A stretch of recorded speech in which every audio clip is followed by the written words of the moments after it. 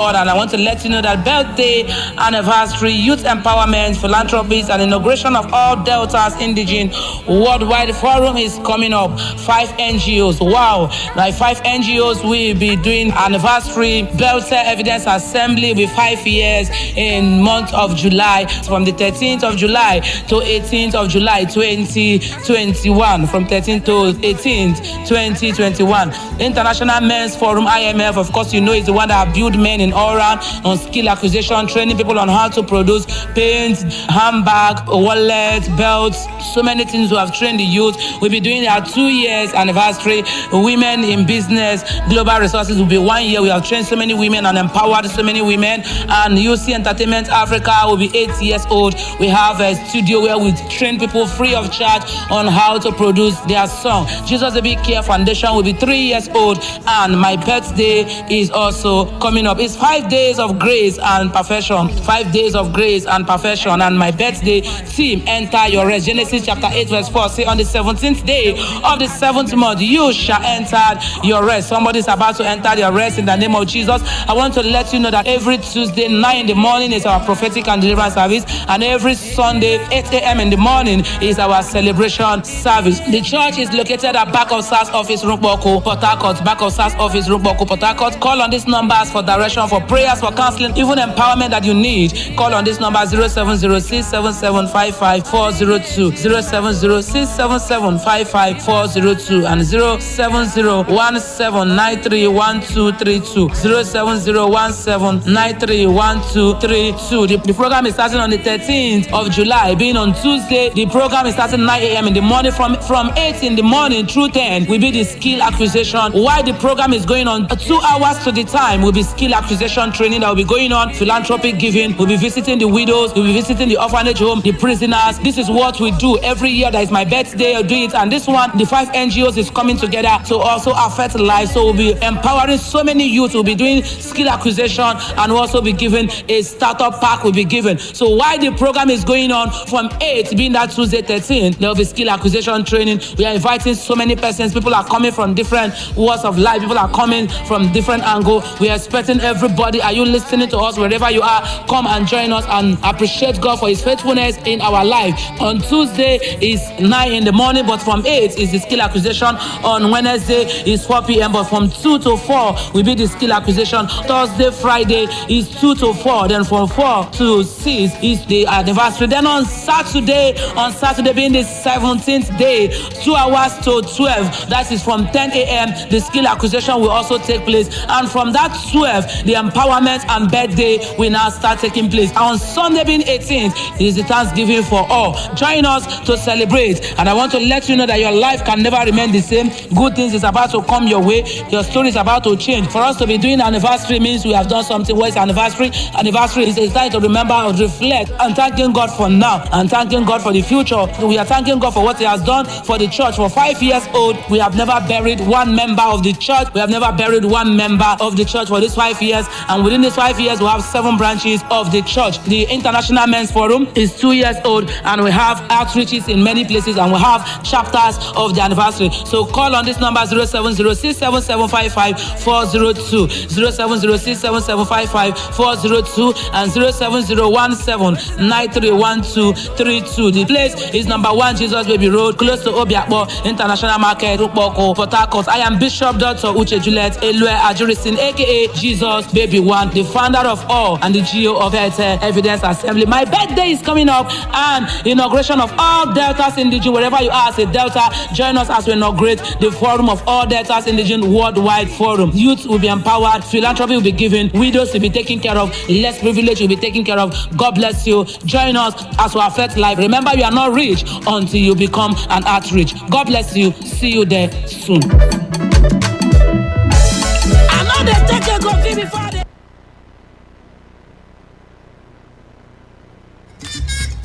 River State, a land blessed with natural resources and diverse cultures. As it is said, to whom much is given, in our lies much responsibility. What became of the responsibility divided us amongst political, religious and ideological lines. This gave birth to a baby.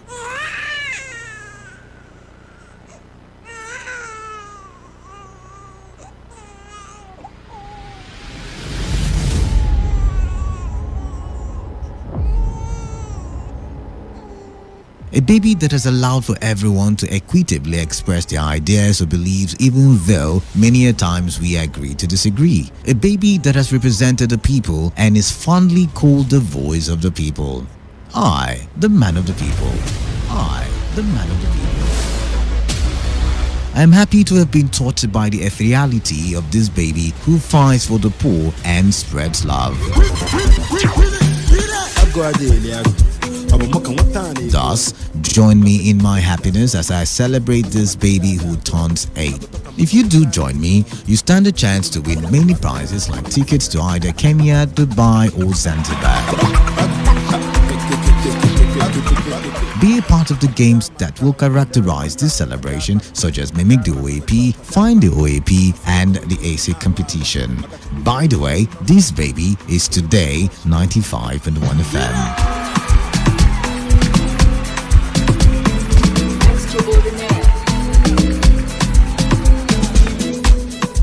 The voice of the people is the voice of God.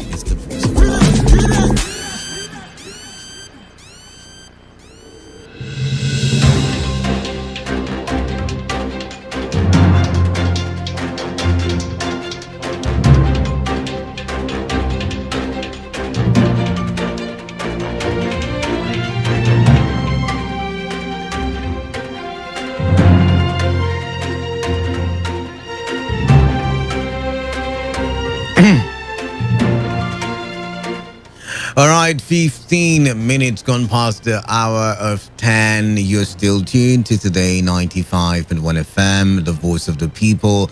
A couple of things that you and I should talk about that I will bring to the table right about now. Thank you for staying tuned. I should say that. Maybe you should tell me welcome back because I was away for 2 hours. But hey, let's see. Where do I start from? Introduction. I am Kalada and I like to think of myself as the man of the people. This is the Saturday Morning Express show. Okay, what else? What we want to talk about right about now has got to do with the future of Nigeria.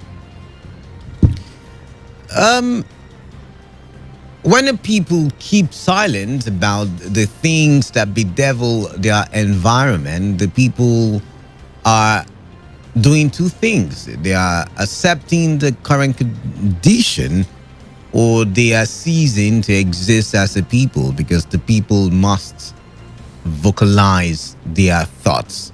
They must vocalize their thoughts because like I would love to say these days, the voice of the people is the voice of God. On Thursday, after many years, after several administrations, the petroleum industry bill was signed into or was passed. It was passed. It has to go to the president for signing. It was passed by both chambers of the National Assembly. Interesting, right? And a lot of reactions, favorable reactions, as filtered into the media space, online platform.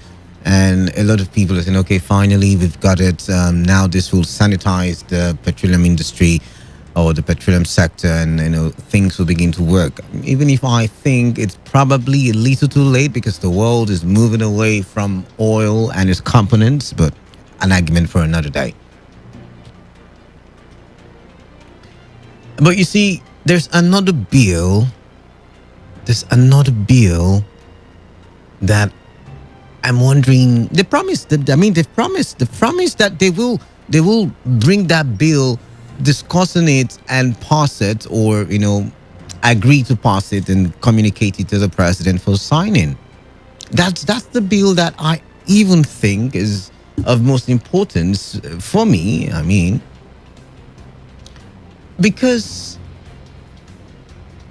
life evolves, I agree, but as we have evolved over the years, this particular sector, even though we have put in so much money, I'm not talking about the oil sector now, I'm talking about the other bill that is on a dusty shelf somewhere in the National Assembly, that sector has deteriorated over the years, although so much money has been pumped into that sector. Violence has characterized it. A lot of irregularities, a lot of illegitimate actions and activities have characterized this sector. And in the past, I would blame the people, and I still think I stand by that, blaming the people, because if the people do not allow it, then it will not come to fruition. And that's why I started by saying that, when the people keep silent, two things happen. One, they cease to exist as a people, or they are saying we accept whatever it is that is happening. And so the people, either way, are to blame. They are to blame for that decadence in that sector. I've seen a couple of stories, a couple of reports on certain political commentaries attributed to certain political stakeholders or juggernauts who have come out to talk about recent happenings in the political sector. And hey, it all has to do with the calculation for 2023. But you see, like I have been arguing in recent times, there is a big difference between politicking and governance. Politicking is what you do, to win the hearts of people during the campaign season, for elections. Governance is what you do when you finally win and you are in office. But in Nigeria, we seem to mix the terms. We politique while in governance, and we try to govern while we're politicking. That's what we do in Nigeria. It's not yet electioneering season. You must have guessed by now I'm talking about the electoral sector. It's not yet electioneering season, but you see, the politicians are already beginning to politique, while we, the people, whose mandate they are politicking for, whose mandate they are competing for, we are somewhat docile. We are somewhat passive, indifferent. We are somewhat unbothered. We don't care. And then the next 4 years after the election, we are dragging whether it's APC or PDP's fault. We are asking which way Nigeria. Meanwhile, we had the opportunity to change the situation. And the truth is, for government to work, elections must be proper.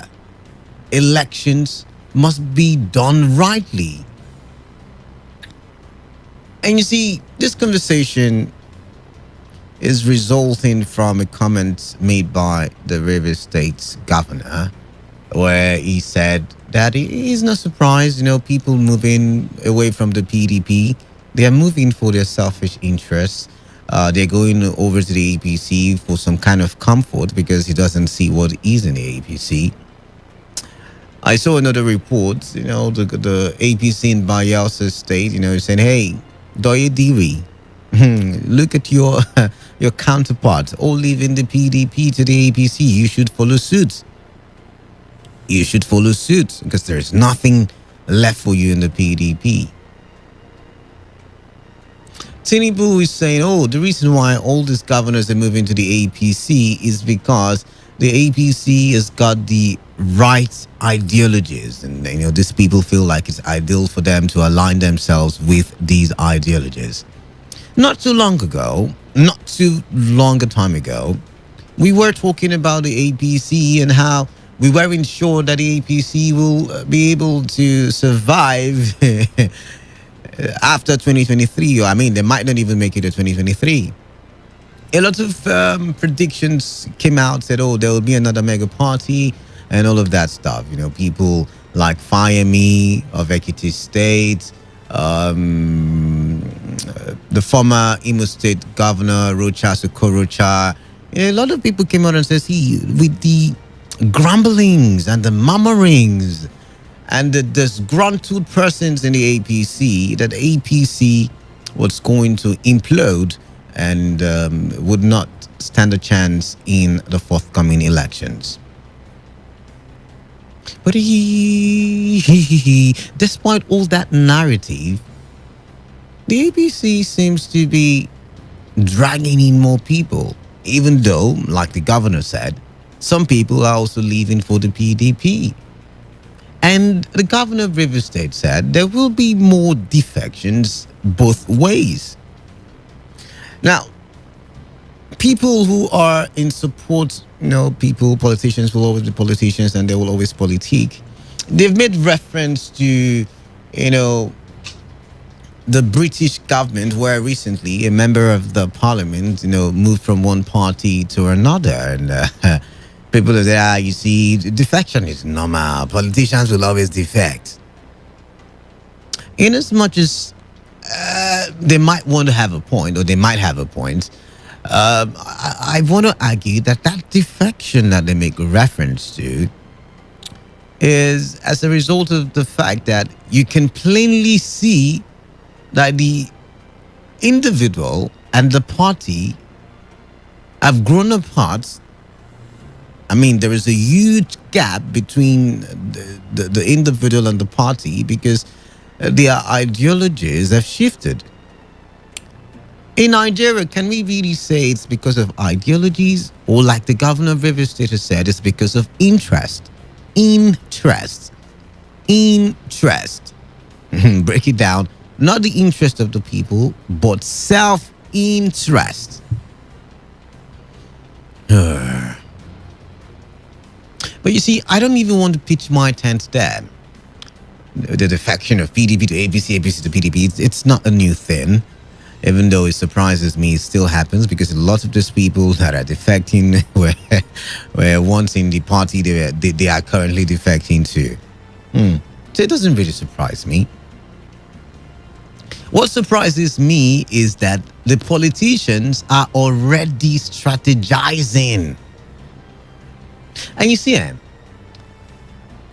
the problem of Nigeria is not necessarily the lack of infrastructures or the lack of opportunities or the lack of development. It's not. See, all of those things can be achieved in a very short space or a short period of time. In all sincerity, what really is the problem is that the elites are grouped in one place and the people are grouped in another. Yes, we see the back and the forth, the fightings and all of that. It's because of self-interest. They don't really hate themselves. Nah. When it comes to defending, they will defend themselves because they know that what happens to one happens to all. So if, for instance, the court can, say, hey, ex-governor XYZ did XYZ, it means that all of them might be affected. So they will want to fight for it. So it's the politicians versus the people. And that's how I see it. I don't know how you say it. That's how I see it. And if it is the politicians versus the people, the politicians are strategizing already. What are the people doing? What are the people doing? And you see, because the people are always indifferent, quiet, passive, lackadaisical, they give room for colonization. Neo-colonization. Not the colonization by foreign government or foreign people. The colonization by the elites, for the elites, and of the elites. I'm not going to shout like, the Igbos and the Nnamdi Kanus and say, hey, let's carry arms. No, I'm not going to say that. I'm not a violent person. But we also need to strategize. We need to very much strategize. They are politicking. Some of them think it's in the APC they will find their peace. Some of them think it's in the PDP they will find their peace. Where are the people going to find their peace? That is what we should be talking about. That is what we should be stressing right about now. And by the way, where are the other political parties? Where are the other political parties? I'm getting livid right now. I'm getting very angry because we see them electioneering period. They rigged the election. They did this. But in all honesty, where were they before the elections? What did they put on ground? What structure did they put in place? Because in the election, structures are everything. What am I saying? In life, structures are everything. What structure are you putting in place in your business? It matters a lot. What structure are you putting in place in your family? It matters a lot. It determines the result that you get. So, yeah, I'm going to blame the people for being passive and indifferent because come 2023, with the attitude that we are currently displaying, we might just have the same results like we've been having in the past 21 years. The same. Not different, nothing new. What are the people doing? What can the people do? What should the people do? Some of the questions in my head. The electoral bill, for one, still lying somewhere on a dusty shelf. And I don't think I want to change my clause or the way I phrase it. Dusty shelf it is. And this is what, July 2021, August, September, October, November, December. We will be in 2022. Campaigns will start in March, April. So that's approximately like 10, 11 months away. And we're back to an electioneering season. No amendment of the electoral bill.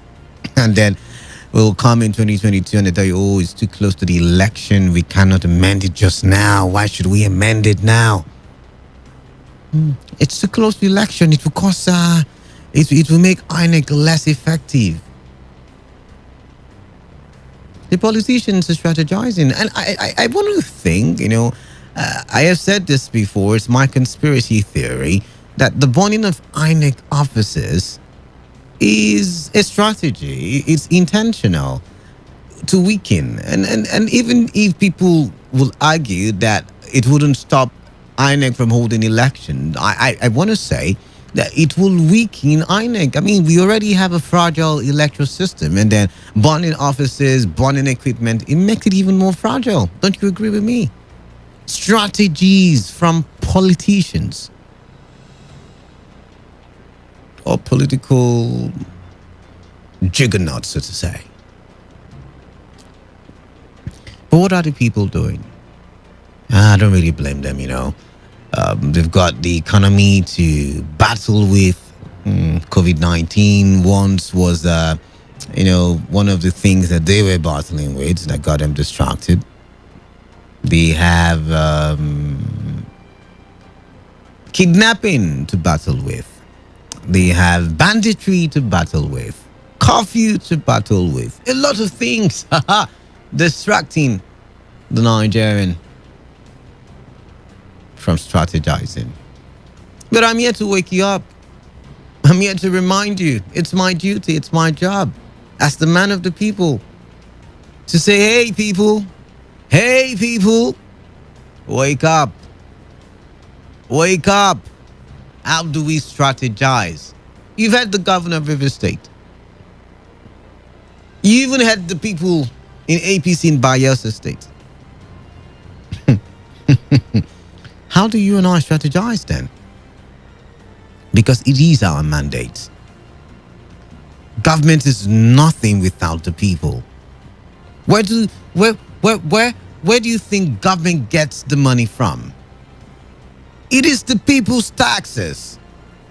It is the people's resources.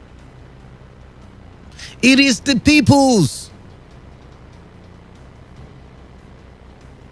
wealth and aspirations that the government is holding. The government is a reflection of the people. The government is the people, and the people is the government. So why are the people not strategizing? Why are they not defending their mandate? Because you cannot go to war without weapons. That is what we do every electioneering year. And then we become so prone to vote buying, vote selling, thuggery. We become thugs for people who never care about us. I mean, 2019 was an eye-opener where a lot of our young bloods carried guns for politicians while their children were graduating from international universities. It's a wake-up call. It's a wake-up call. It's a wake-up call. Strategizing right now is going to be the best option. And I'm wondering, in the last election, we had over 90, we had about 92, 93 political parties. Where are they? Where are they? Where are they? We can't even see any. I mean, it's just the PDP and the APC, right? Okay. I'm going to open the phone lines right about now. I'm going to allow you air your views. I'm going to listen to you talk about the issue that I've raised, and let's see how we can bring about development from there. Remember, the brand is Today95.1 FM, the voice of the people. And right about now, we are having a premium conversation as the premium talk station. I am Kaladan. I like to think of myself as the man of the people. And the phone numbers with which you can reach me inside the studio is 0817 000 0951 and 0810 9510 951. Like I said, the political calculations have started from the politicians. Not too long ago, the APC was divided along regional lines. Oh, you should go to the south. Oh, no, you should go to the north. Oh, they're already calculated. All right, then.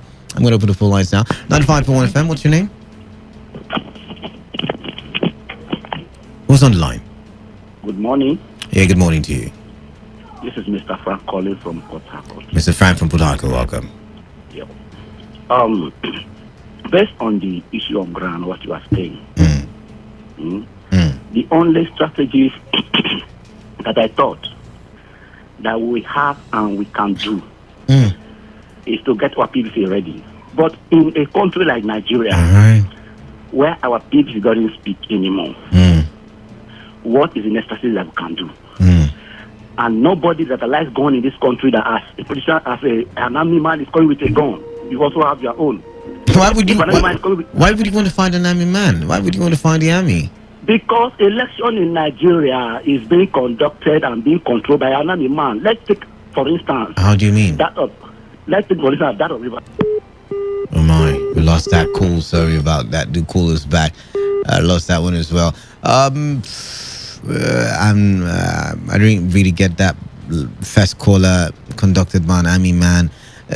Last time I remembered, the policy from INEC was that no guns were allowed near the polling unit. So, except there was a bit of a commotion, then the army cannot get or could not get involved. Let's take this one now. 95.1 FM. What's your name? Where are you calling in from? Salada, good morning. Mr. Bright, good morning to you. Hello. Question and the issues you raised. Throughout yesterday or last night, I was with my younger brother. We had an extensive discussion about the issue. All right. And characters that call to mind are the technocrats who usually pops up during election period and they tell us they have the best interest of Nigeria at heart. Yesterday it was on your news. Kingsley Moghalu, who has had the best idea. His only concentration is on National Assembly passing the Electoral Act. And while I was discussing it with my younger brother last night, I was asking, how would the passage of the best Electoral Act translate to Kingsley Moghalu's idea getting down to my village where there are voters?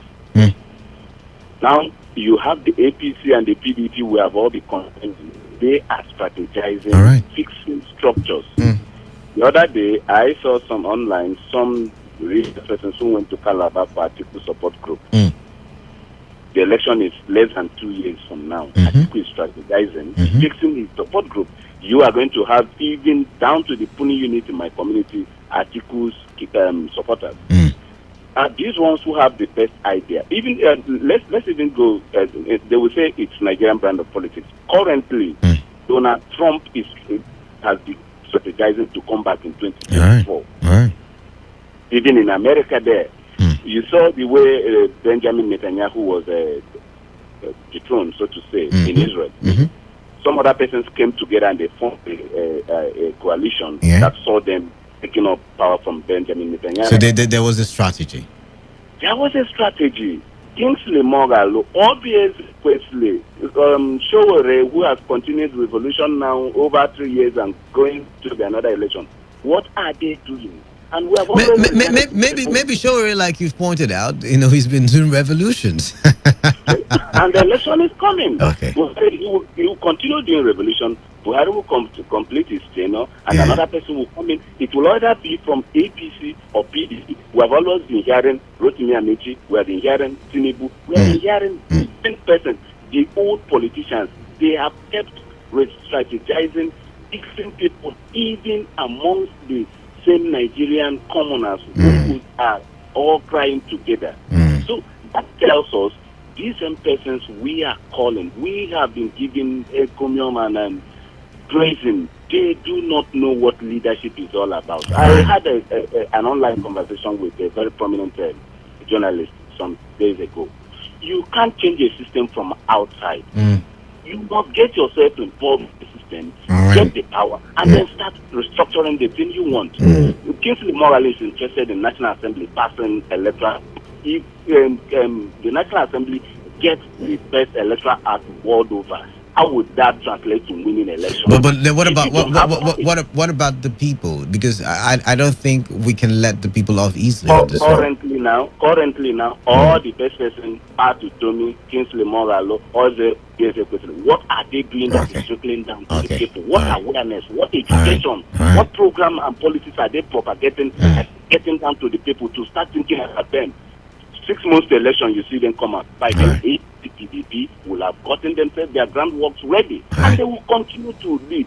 They will come up to cry. Oh, it was not the election did not count, because after speaking those grammars, grammar don't win election. The best ideas don't win election. Election is a science. If you don't plot it very well, you will not win. All right, thank you very much for bringing it up now. Thank you very much for calling in. I agree. It's a science. It's something that you need to approach scientifically. And you see, the questions are very important. We complain, our votes don't count. Have you ever sat down to ask yourself why your votes don't count? Because someone somewhere is seated, strategizing. He's got the pen and the paper, and he's directing. Is the one conducting the affairs, All right then. 95.1 FM. Lost that call as well. Keep your calls coming in. 0817-000-0951 and 0810-951-0951. It's a simple question. Where are the people? What are they doing to strategize? We always come out during the electioneering here and say, hey, we don't even have candidates to choose from. The candidates that we are choosing from, this one is not even better than the other. All of them are the same. But what are we doing? What are we doing to make sure that the good people are beginning to enter the system? What structure are we creating? Like I said, the PDP, the APC, all of them creating structures, strategizing.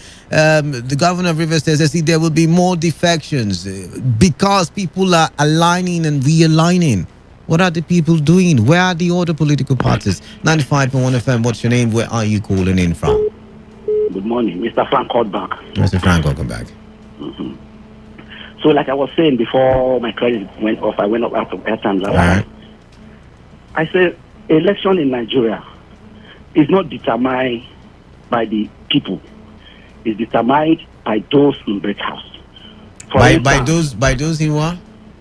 Those in brick house. Okay. For instance, the president and the rest.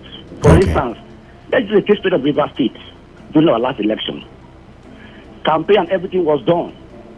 When it was time for the election proper, an unpopular candidate was imposed on people of River State. Election results were written by army. No. That's what I was trying to tell you. You cannot prove that. You do not have evidence to that. So you can't say it on air. You can't say results were written by the army. There's no proof to that. Okay, but people that were there, at least there were evidence that. Yeah. Like I said, it's your word against INEC. I take that. I take that. I take it back. Okay. An unpopular candidate was imposed on the people of River State. If not that God was with us, somebody that we did not even know that came from nowhere would have been our governor. Maybe all the good things we have seen today, we would not have seen it. That is point one. Point two, in Imo State, let's take that case 42. Hello? I can hear you loud and clear. I'm listening to you. Let's take that case 42. Former Governor Roger Sokorocha picked his in-law as the next governor to contest. And the people of Imo State strategized and said that cannot work in Imo State. They come out with their PVC, they make sure they vote against the man, and he did not succeed. They vote in the governor they choose. They want to rule them. Today, who is the governor in this house? Now, you see, yet again, we know all these things, we know all these things, Frank, that you've pointed out. But the truth is, you see, because the people were passive, these things happened, whether you like it or not. Like you said, the people came out with their PVCs in Imo State and they spoke one language, and hey, it gave birth to the governor that they deserved, even though, something happened, there was a process and then he was overturned. But the point still remains that the people can have a say in this very matter. As far as Nigeria is concerned, the will of a common man does not count. That is what I want to understand. As far as this Nigeria is concerned, we claim we are working, we are running a democratic system of government. In Edo State, during their elections, did the will of the people stand? That's one thing we should look at. Did the will of the people stand? In very few cases. So we can make, that is what I'm saying, so we can begin to strategize and make those few cases more cases. But we have been strategizing, but the truth is that, for instance now, if I want to contest any position of election now, the best thing for me is to go to APC. Because I know, as the die minute, the will of the people, no matter if people love you, they will turn. And they will pick up who they want to pick. All right, and thank you very much. Thank you very much, Frank, for your commentary there. Let's take this one. 95.1 FM. What's your name? Where are you calling in from? Hello. Yes, what's your name? Hello, Canada. This is Art calling from Awoda West. Art from Awoda West. Welcome. Nigeria election needs the system America use. So we should not use manual to do our election again. This is a computer network system, so that the will of the people will prevail. What happened to 2019 is not welcome at all in any society. All right. Because the day of the election, I exceeded the day the election supposed to take place. The state. It's not good. So it caused a problem. It caused an international shame to this country. So and we need somebody that can take this country to promised land. All right. Because the previous administration, starting from 1999, this present administration, Nigeria is in a bad shape. All right, then. Thank you very much. We need even if you take the 36 state governors we have in this federation that are serving now, the only governor that I recognize that try very well is Governor Wike, and not in agricultural way. All right. Thank you. I want you to. We're not looking at that. Thank you very much. Thank you very much. Do not divert our conversation, please. 95.1 FM. What's your name? Where are you calling in from? Good morning, my good friend Canada. Grandpa, welcome. Thank you. You see, what problem we have in this country is that we don't have good people. Good organizations. We have strong people, but not strong organizations. That's the problem we have. And you're talking of strategy. Can a hungry man strategize? Yes, of course. Because most of the people are hungry and greedy. Okay. I know how many that approach me, even those you never thought of, who preach all sorts of gospel, that I can connect them where they're telling the PVC to, and they pay them monthly. They came to me. There are people who if I mention this, the place will shake. But these are people who are supposed to tell others that your PVC is something you can use to strategize. But they are telling their own. They have the congregation, they say their own. What do you want their members, their congregation to do? So I want to ask that as far as this country is concerned, we have people who can stand firm.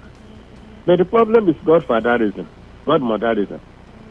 Who has brought you to where you are? Who is pushing you to the next level? Which society do you belong to? Are you a loyal person? Are you loyal to the core? Can you represent the interests of those who are pushing you? They don't represent the interests of people. You say that it is the people and the government. No, because the people in government don't represent the interests of the people. That is why you have seen poverty. They don't. No, I disagree. You know, the people kept quiet while those people climbed, the fences to these offices. And so because of that, the people have accepted it. So the people are in government and the government are the people. And that's how I see it. Because of the silence. Yes, of course. That's what I'm saying. Okay, let me buy your idea. But I want to say that if the people push forward, as far as this country is concerned, there are people like Harris. I will want to mention some of them. That lost their lives because of standing on the truth. Okay, I get you now. They push to say this is correct and they eliminate you. They are not in their group. So until this thing is corrected, we have strong institutions. That what happened in Israel. If they don't have strong institutions, can it happen? All right. There are strong institutions. We don't have strong institutions here. Where people were afraid. Even you say, we are going to give you your lifeline. You are paying, your account is given to you. And it's not so. And people come to say that, yes, we have received it, we are paid. The government has given us, what do you call it? That we are paid on our own now. We have amnesty. Our own account. Is it amnesty you're talking about? No. The money that they give to House Assembly and Judiciary. Okay. So that the people who have not received it, because they don't want to lose what they have, will come and tell the whole world that they have received, that they're paying them. Abba. Hey, where is this institution? Where is this institution? Those who are free to speak. All right. Thank you very much. Thank you very much there. Let's push the conversation now to the next level. Another call here, 95.1 FM. Kalada. Man of the people. Good morning. Yeah, good morning. My name is Emeka. Emeka, welcome. Yes, I am calling from Odile Road. All right, all the way from Odile Road, welcome. Yes, Hello. The level playing ground for the people. I've always thought of it like, okay, how about the people, presenting their people like them? Let's deal with primary election where politicians will bring whoever they like and then present it to people. I thought of it, the people by themselves, would present somebody. I remember the time of Abiola, whereby people will vote and stand behind whoever they want to vote. And then they will count into the seeker. And then, the government should protect the people in the day of election, whereby there will be no violence, killing, and then shooting of gun, whereby people will be scared. and then you see mass turnout. Nigerians are not what we think they are. They are loyal. So we want things to be done very well. We want to trust the government, and then you see the people begin to participate. All right. So the level playing ground should be given to the people, and then their rights should be protected. But do you know that the people cannot have that level playing ground if they don't demand for it? They can't just sit down in the comfort of their homes and the level play, because this like the governor of River State has said, these politicians are all about their self-interest. So nobody would leave his self-interest and come and give you a level playing ground. You have to demand for it. Yes, I think I remember the case of Imo State where the court strike out Emeka Ihojioha, and then their friends Uzodinma. People protested, but they were not. What else should they have done? The judiciary is not strong enough. They protested. They voiced out their dissatisfaction, but nothing happened. But we won't give up. We'll keep pushing. All right, then thank you very much. Thank you very much. Now, someone mentioned that the economic state is so bad. People are hungry. So how can they fight when they are hungry? I want to think that if you think about the food that you eat today, you probably would still stay hungry tomorrow. So why not fight to get, for instance, a good electoral system put in place, and then you begin to be part of movement for see, everybody's entitled to whatever political belief he has. That's the truth. So if you want to align yourself with whoever you want to align yourself with, make sure that it is for the betterment of our society, of our collective good, because our collective good is seen in different lights. The way you see it is not the way I'll see it. It's not the way the next person will see it. So why don't we now begin to align ourselves with these collective groups, just like the politicians are doing? So once in APC, he then went to the PDP in the previous elections, and now he's returning to the APC because there is another election forthcoming.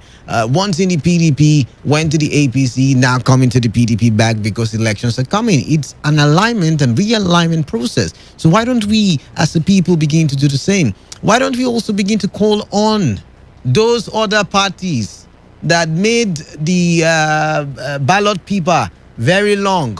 Call them, tell them.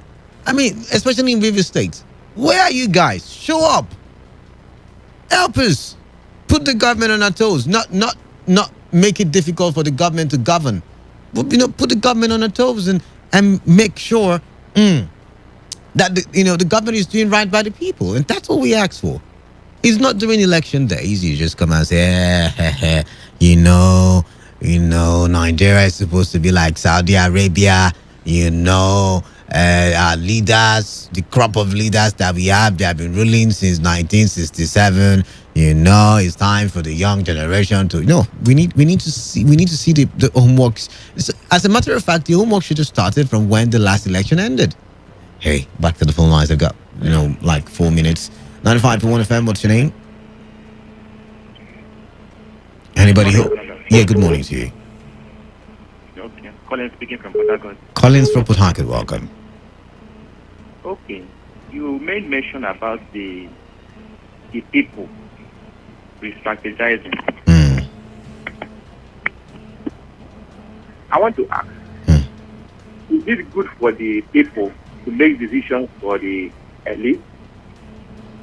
Because what I see in the system is quite different from the conversation, And in the system, what I know is that the people that make decisions from the ward level to the local government level to the state level, and these people that choose the leader, that is number one. Number two, I think that the strategy which politicians use to steer their way through is, the machinery. They find their way, they get the machineries, how they manipulate both the INEC stuff, the security personnel, and Godfather. You understand? All these things is. Do you know that in reality, or in an ideal situation, I think ideal situation is the right phrase, when a government makes a policy that is not right by the people, or that the people say is not good enough, the people have a right to say no to the to the to the policy. They have different channels. They can go to court. They can protest. That is very true, sir. But the people also make a mistake by choosing their leader. Just like what Nigerians are suffering today. You know, they will gather and say that it's the people that are choosing. And when you look at it, you see that we are just suffering. And it's not also perfect that the people can also make a right leader for themselves. So, for me, I see it that it's just the system that brings in candidates. All right. What we just need to do is anybody that finds themselves in the position to do the that does it. All right then. See that this anybody thing is what is causing the problem. One last call and then we shift conversation. 95.1 FM. What's your name? Man of the people, the Reverend Father. Give from Uruguay. Welcome. Yeah, Canada. Thank you. Let me just go straight to the point. Frankly speaking, the power relies with the people. Okay. Whether we like it or not. Okay. That was why in Rivers State there was no way for that complete and total breakdown that was about to take place. You know what played out in Okreka? A lot of places in Calabar, people stood up to the occasion. It happened here in Yenegoa or Bayelsa State as a whole. It's not because of a political party.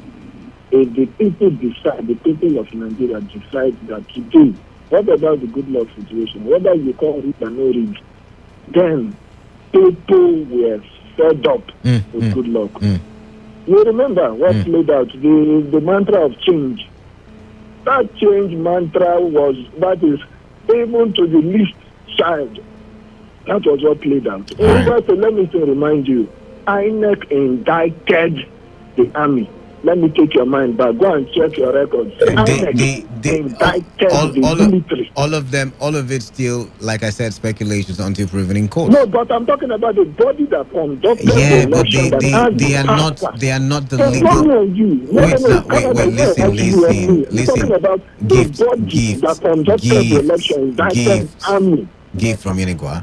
Yet again, it is only the courts that is the legal entity that can indict the person. Now, INEC accused. No. Like I said, it's an accusation. You know, they have to prove it in court. Quote me anywhere. You're on air, so you cannot say. I agree with you now that INEC accused them. So thank you very much. Then what is the military? Oh my, I lost that call. Sorry. The military refuted. The military claimed that they had not done anything like that, like we would always hear, of course. But see, yet again, we need to use the right. I understand where you're coming from, but you need to use the right terminology. Because if the court has not indicted, if the court has not said, or any legal structure has not said, hey, this person, then we cannot say he was indicted. When you say someone is indicted, you're saying the person has been found guilty. Okay. But this is where we would wrap up this conversation, and hopefully a lot of you are awake. A lot of you now know that you have a responsibility to play in terms of the electioneering in Nigeria, because without proper elections, we can get proper leaders. And we would have to complain till we pass away to the great beyond. Okay. Stay tuned. We will be looking at the PIB bill, or a segment of the PIB, the Petroleum Industry Bill. I say PIB bill, sorry about that. The Petroleum Industry Bill. And we will be looking at it. And there's a segment that caught my attention, and it has to do with host communities getting 3% of the of the sharing formula. So you want to stay tuned. Let's talk for the development of our region.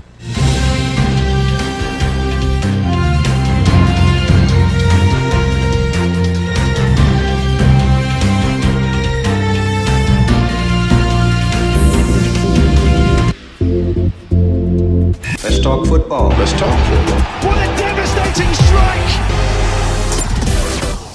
Football is a leisure game. Sports is actually my job. Football is boring. That's not true. It's way more important than that.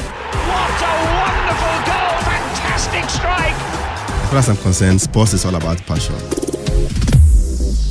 Sports Attack, weekdays 7:30 a.m. and today's Sports Live 3 p.m. weekends 1 p.m. to 6 p.m. For all you need to know in the world of sports, Leave the dial on Today 95.1 FM.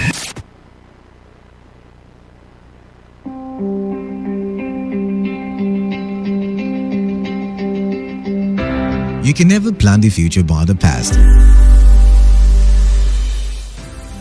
He who has a right to live can bear almost any hour.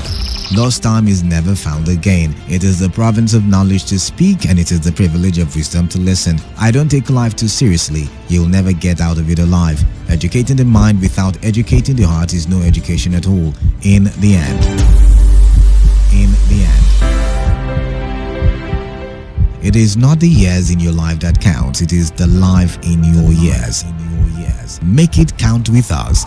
Make it count with us at Today 95.1 FM. 95.1 FM.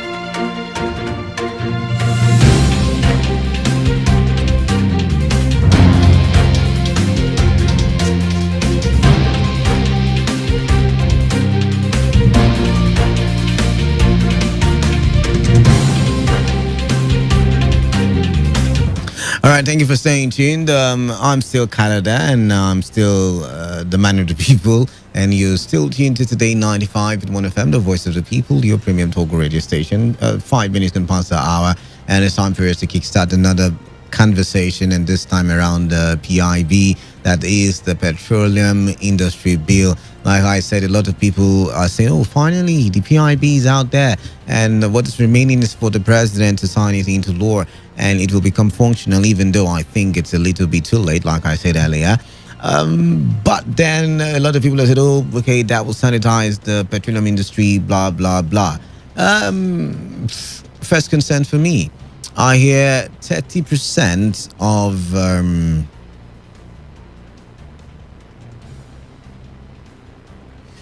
Right, 30% of profits gotten from the oil and gas operations by the Nigerian National Petroleum Corporation will now be set aside for exploration of oil in the frontier basins, as seen on the Guardian newspaper of yesterday. And I'm thinking, do we still want to government priorities? You know, it's something I always talk about. And people feel like I don't like government at all. And when I talk, when it's PDP, they say, oh, he doesn't like PDP. When I talk, when it's APC, hey, he doesn't like APC. He has been bribed. But I'm one of the people who think that we can do better. Okay, this is it. Yes, oil is the mainstay of our economy. Instead of finding new oil, why not develop refineries? I'm thinking, why not build new refineries? Because that 30%, if really did set aside, can be used to build us refineries or one refinery. Now, when we build that one refinery, we can have so much money that we can begin to embark on a lot of infrastructural development without borrowing. Yet again, priorities. This is just me thinking out loud. Or better still, we can use that 30% to invest in a new sector. Maybe agriculture, because, you know, the federal government has been talking a lot about agriculture. And it's not about buying tractors and fertilizers. Yet again, that is the basic way of doing things. And I mean, a lot of money spent on buying fertilizers, tractors, cutlasses, hoes. Hey, it can be more. If you're listening to Gloria Kuti yesterday, you would realize that the rest of the world has employed technology. I was on a show one time, and I got to learn from my guest that in certain countries, They don't even use soil to plant anymore. They don't use soil to plant it. That is how far technology has gone. And when I saw it, I was amazed. They don't use soil in certain parts of the that is, you see, with all the tractors and all the system, we still cannot even produce as much as we should. That is where technology comes into play. Build factories that can aid agriculture. Trust me, thousands of people will be employed. Using one stone to kill two birds. But every time I talk, because the APC is working, he doesn't like the APC, that's why he's talking. If it's about the state, because the PDP is working, they are building everywhere, it doesn't like. See, it can be more. Really. Government just has to put in the right priorities. But see, this is not the focus yet. It's just one of the side comments on this very conversation. But the real thing is, people will be shouting, restructure. And a lot of people have been asking, restructure what? What are we going to restructure? Some people say, let us write a new constitution.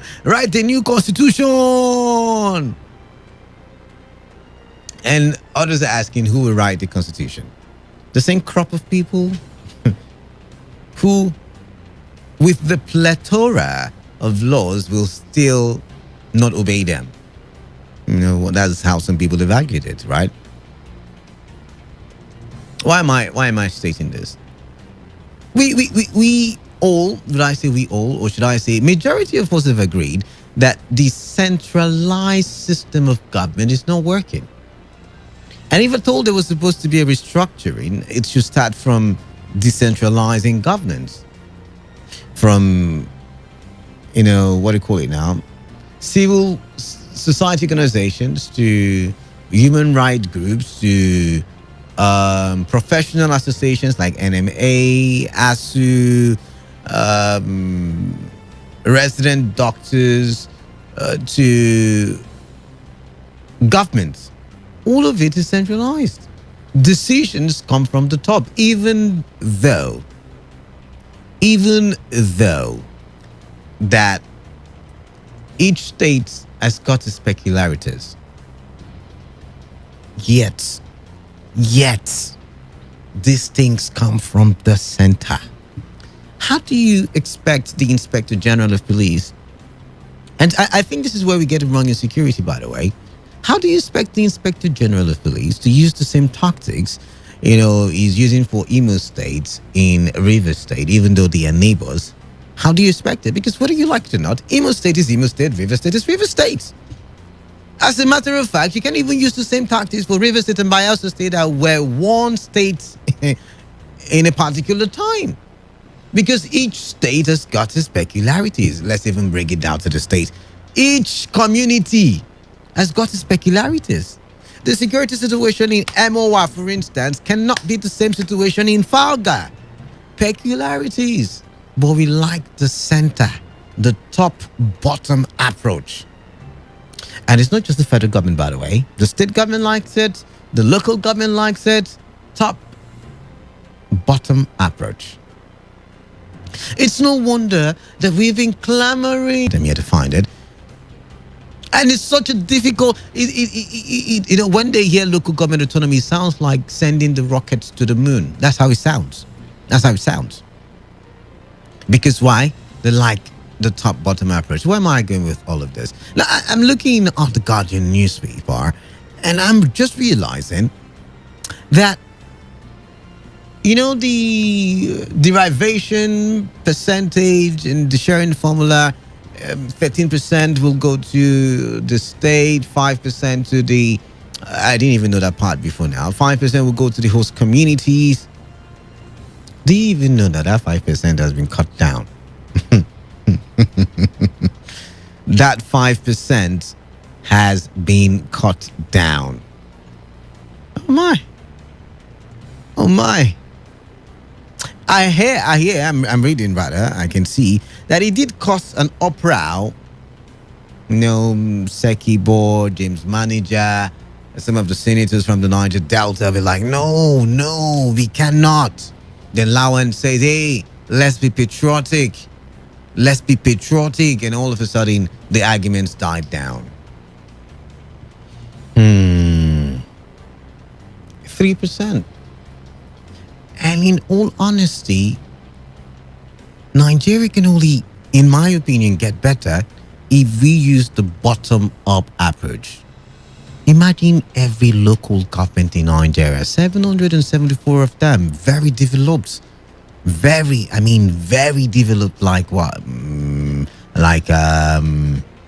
Okay, everywhere cannot develop at the same pace, but you know what? Basic development, good roads, companies there where people can work in, or would I say factories there where people can work in, good electricity supply, good water supply. I mean, the basic amenities. Imagine all of these things functional.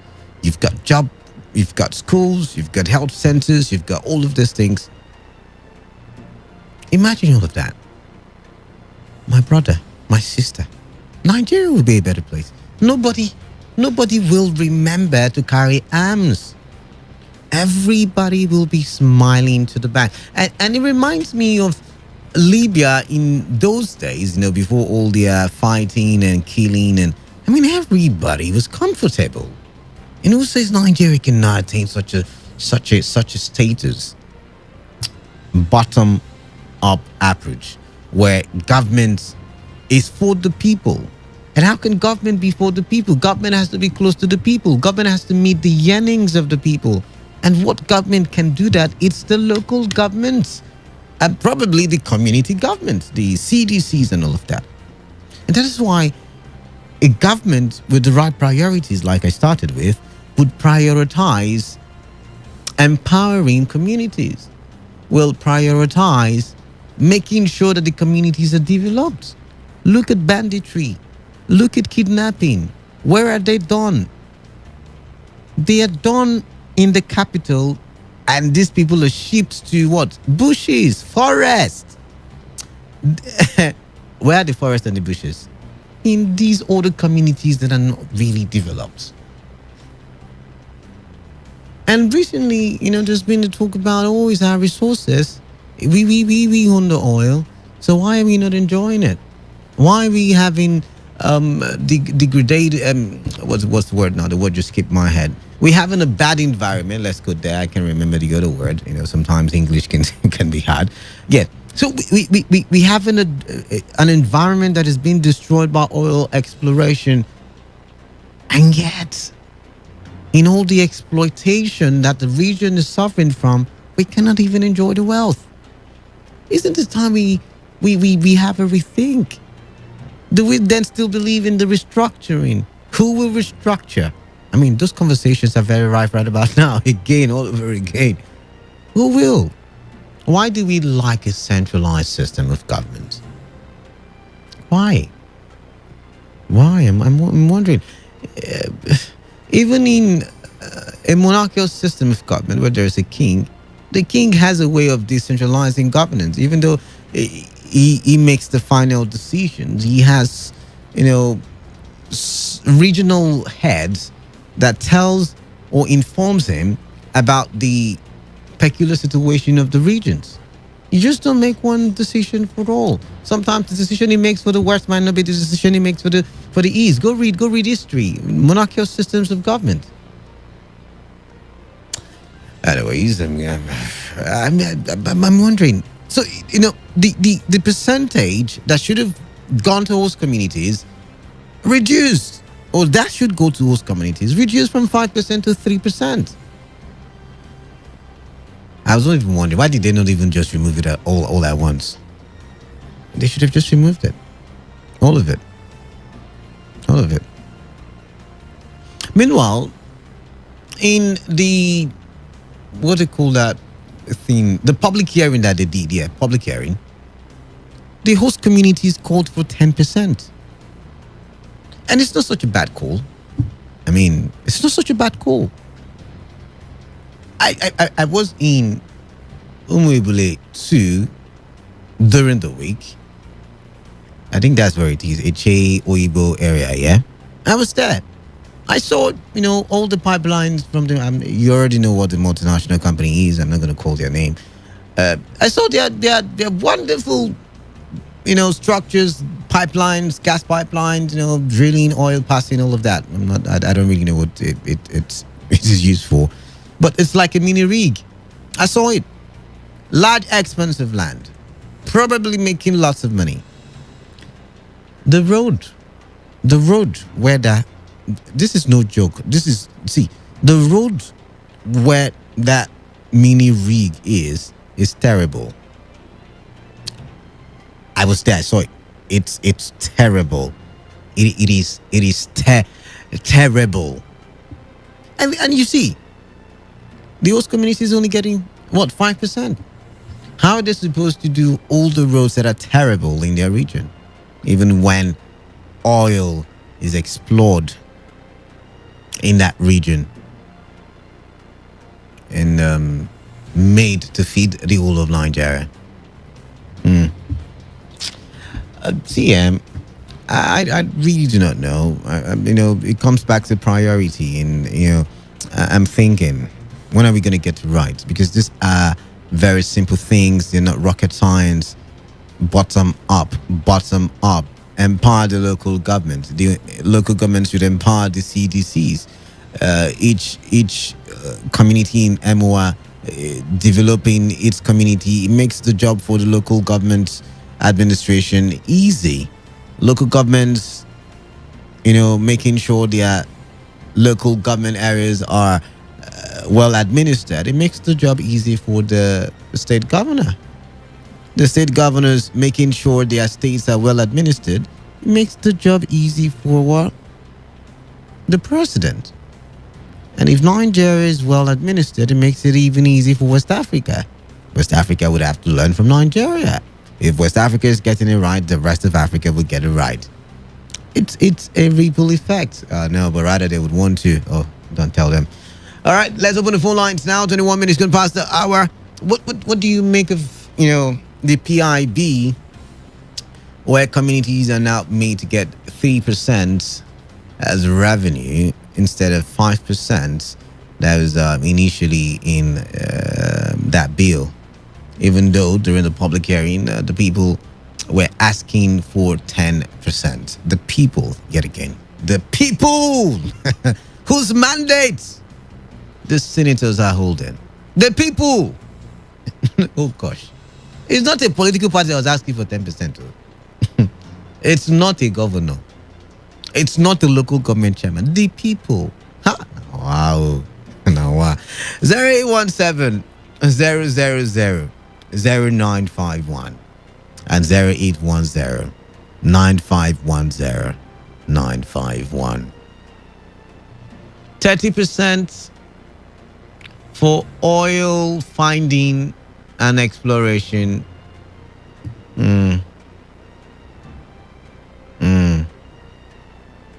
30% from the profits made.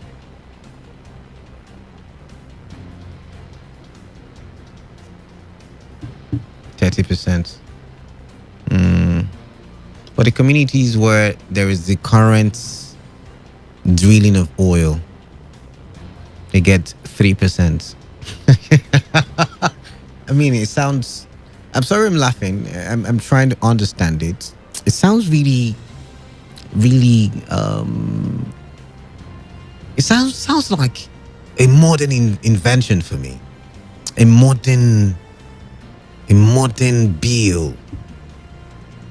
It sounds like, a great achievement. I think that's the right way to describe it. It sounds like a great achievement, like a very great feat. These guys have achieved so much.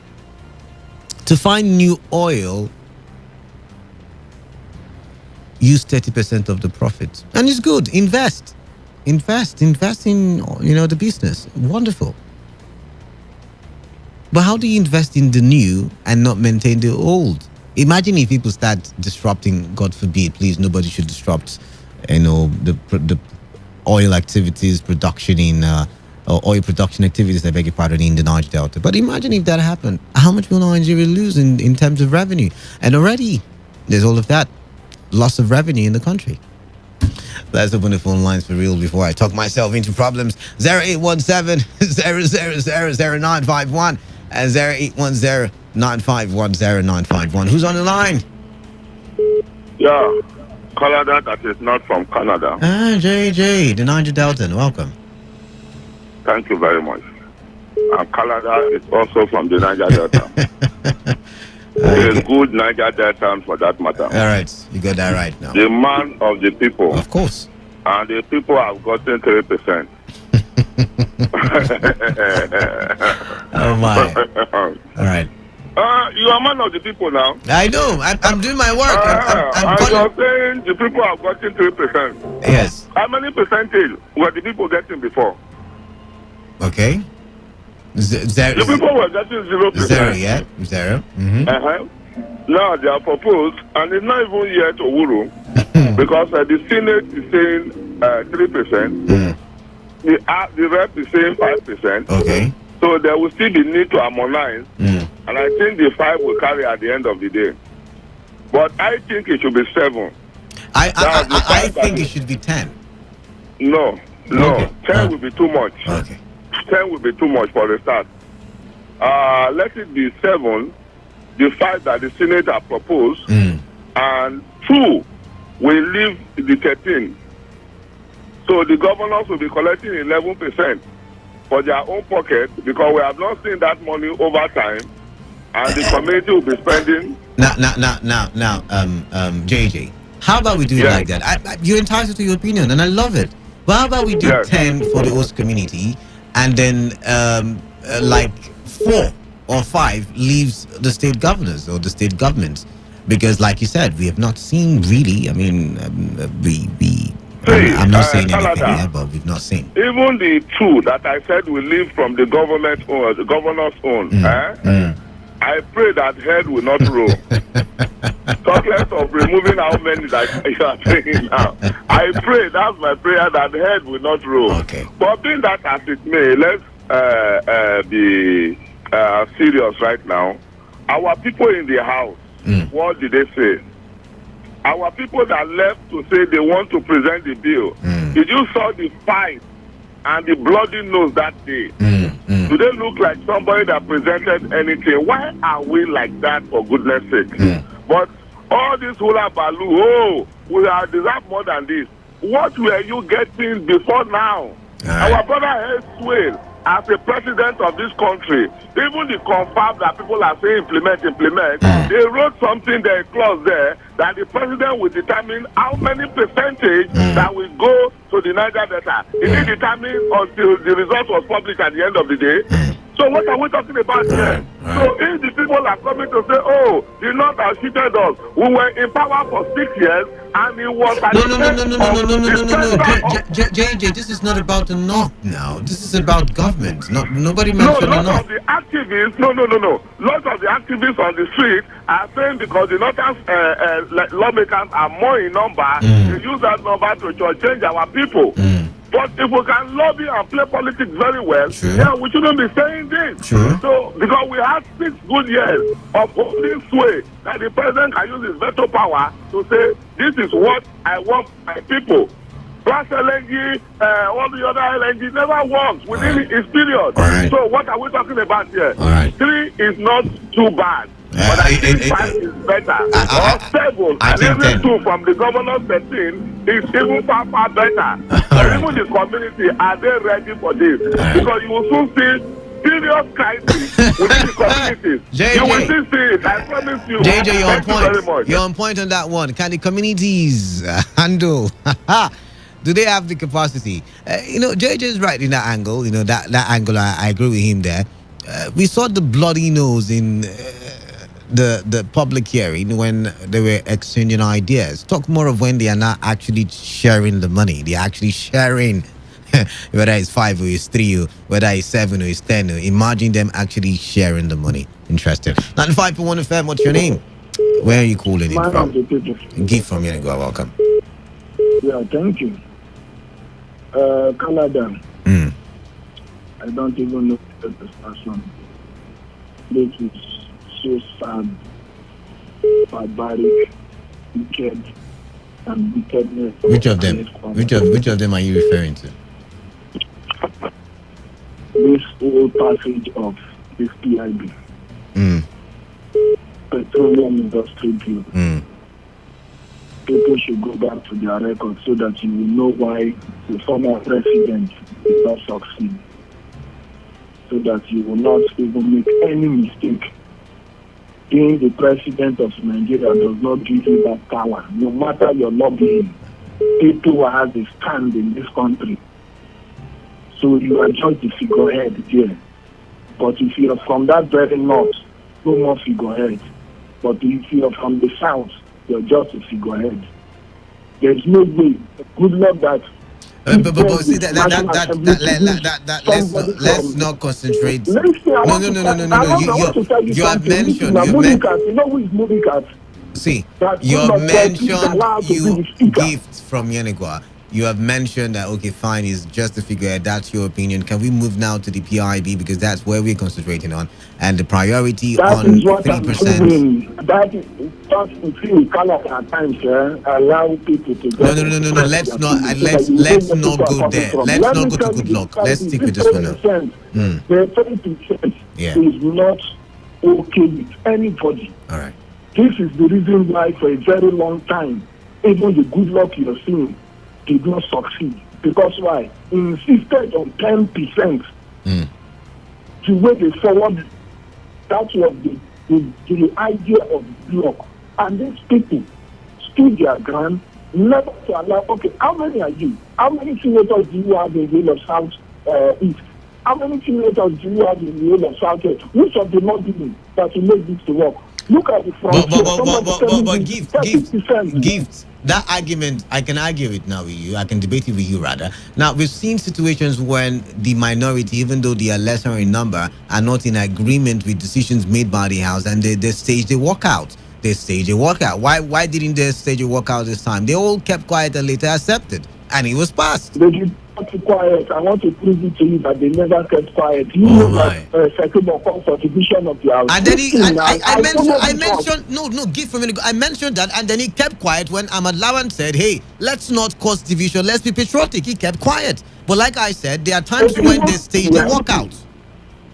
Thank you. If you walk out, the people that are there will still go ahead with you. Do you know why? Okay. There is a law in the House that if there is any confusion, because each time the nay is lesser than the yea, at the end of the day, the man that owns the gavel was doing a different thing. So what he did, okay, it's like you're deceiving the public. I know what you're doing, Lawan, our president. Please divide the House so that everybody answer your mother's name, your father's name, because they have idea that at the end of the day, the middle belt will go with the south because of the lobbying and everything out of anger. So what they did was to plead with him that please be patriotic. Don't do this that you're doing. Look at 30% for but he agreed. For oil. Now, Gift, you're still coming back to my point, but he agreed.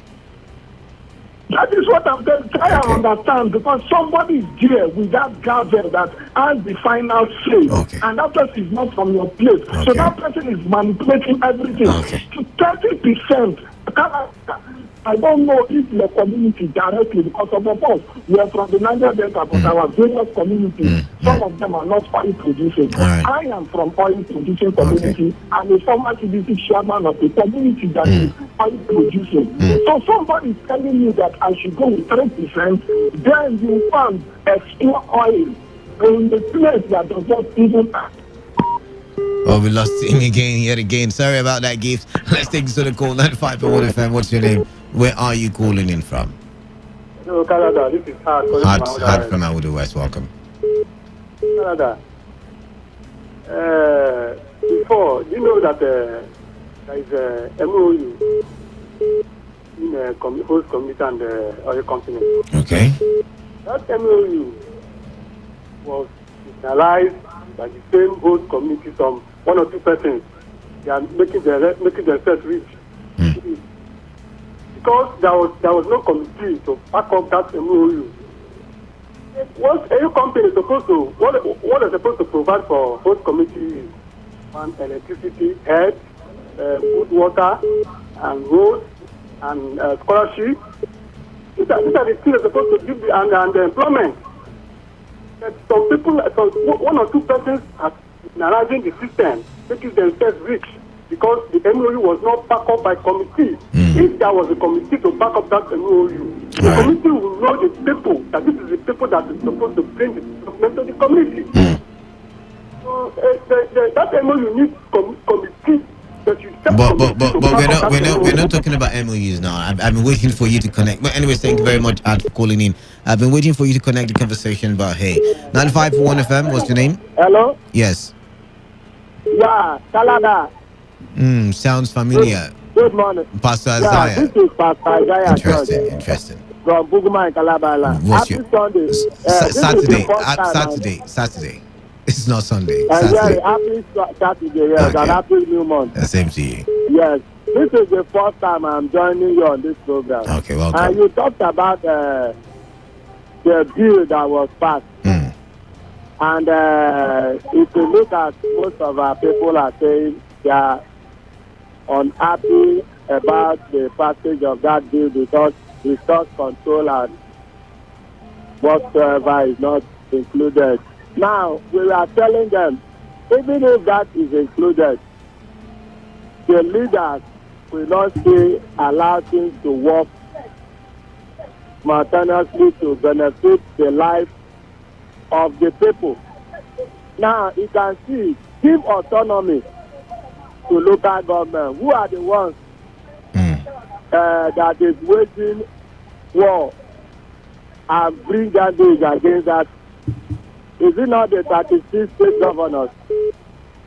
If you give autonomy as a governor, as a leader, it's a step in the right direction, proving that, yes, the leaders are willing to better the life of the grassroots government, which is the third government. But you can see, in as much as they are the ones stopping that, it shows that even if the source control comes, it will not go. Just like some people will tell you that even if Jesus Christ comes down to this country, things will not work because the people will not still allow him to put things the way he wants to put so that people can enjoy good life. So I think it is good for us to accept what is given rather than fighting for what maybe even if it comes, it will not get to the hands of the common man. You understand? Thank you. Thank you very much. You're saying, the community leaders probably will still have to pocket whatever is coming, so why even bother? But I disagree with him. But he's entitled to his opinion. 95.1 FM. What's your name? Where are you calling in from? Good morning once again. Right. Good morning once again. Welcome. Thank you. The bill, Senate 3%, House of Representatives 5%. Yeah. Yes, and like Jay just said, I think we are waiting for harmonization. And I know harmonization will lift it. I pray and hope it lifts it. 5, maybe 5 plus 3, Abi? Not 5 plus 3. I do not support anything more than 5%. You don't support anything more than 5%? Why? Tell me. I'm telling you, yes. We want to see where our people are going to start with the 5%. Let us see how the 5%. Right. You know how difficult it is to amend certain bills, right? Or certain laws in Nigeria. Don't you think it's just good we just go straight to the point and say, you know what, let's get our 10% or get our 8%? That is what I would pray the National Assembly to do, to insert a clause that will necessitate periodic amendment of that bill. Okay. I have my reason. And why I wanted 5%, I am even very glad that the National Assembly was able to include oil-bearing communities as part of host communities. Those communities whose oil wells are not on their land, but the pipelines cut across their land. I was following somebody on Fox News this morning. In the Gulf of Mexico, there is a ruptured pipeline there currently, and there is fire there. And that oil well is not even situated there, but that's the pipeline. So there is also hazard to be suffered by those whose lands are accommodating pipelines. So that is what this bill has been able to address. Those whose lands are also accommodating pipelines that are not owners of oil wells should also have equity, because they will also suffer the same degradation. A lot of the oil spill problem we have in the Niger Delta today, most of those communities, let me put it that way, are not landlords directly to oil companies, but they are landlords in terms of pipelines and all of it, Yes. You pointed out something. You said you were somewhere around the Umebulu in a chase sometime and had mentioned something. Now, let me marry them. That's the reason why I said let it remain at that 5% for now. That place you saw, Umebulu, the first road that I've ever had was constructed by Shell. What the Che people or Igbo people call that road, that's Chukuta, Ikwerengo, Umebulu, they call that place Aba Road. That road was built by Shell, not by state government. No. I'm coming. Okay. I'm coming.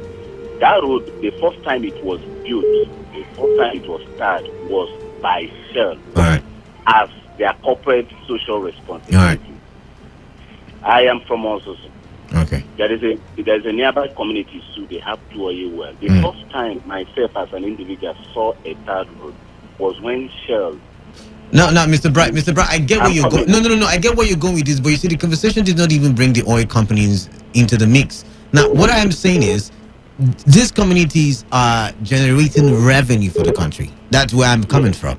Now, if priority were given to the communities as host communities, now some of these monies will be in their own coffers, and they would have to do things according to their peculiarities. And then I'm telling you that priorities, as we speak today, priorities are given to host communities. You listen to what Hart said.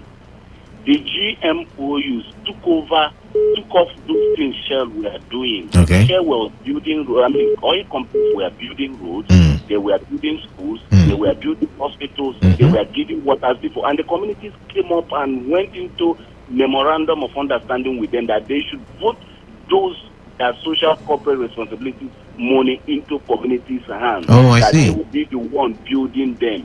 So we are not saying those things. But we used to see those things when the oil companies were the ones doing them. So you're saying that it's going to be counterproductive to increase. Counterproductive, even if you are giving them 200%. I see. Let us see what they will be doing with the 5%. I see. And then with the insertion of the clause for subsequent or frequent, amendment of the bill, we will know if the communities are utilizing what they have. If not, if you give them 10%, all the oil communities will be in crisis once that. But don't you think it will be easy?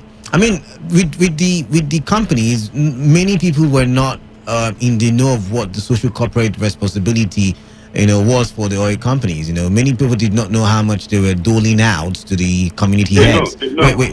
I didn't say people. Wait now, Bright. I did not say people did not know. I said many people did not know how much. Many people know. How much are they giving to the community heads? Let me tell you, the community called who came in my place. The problem they have was as a result of the crisis resulting from the money coming from oil companies. Go and check all the oil-bearing communities in Rivers State. Yet again. I think the people knew the monies were coming, but they don't know how much is coming. Two different things. They knew how much was coming. Really? No.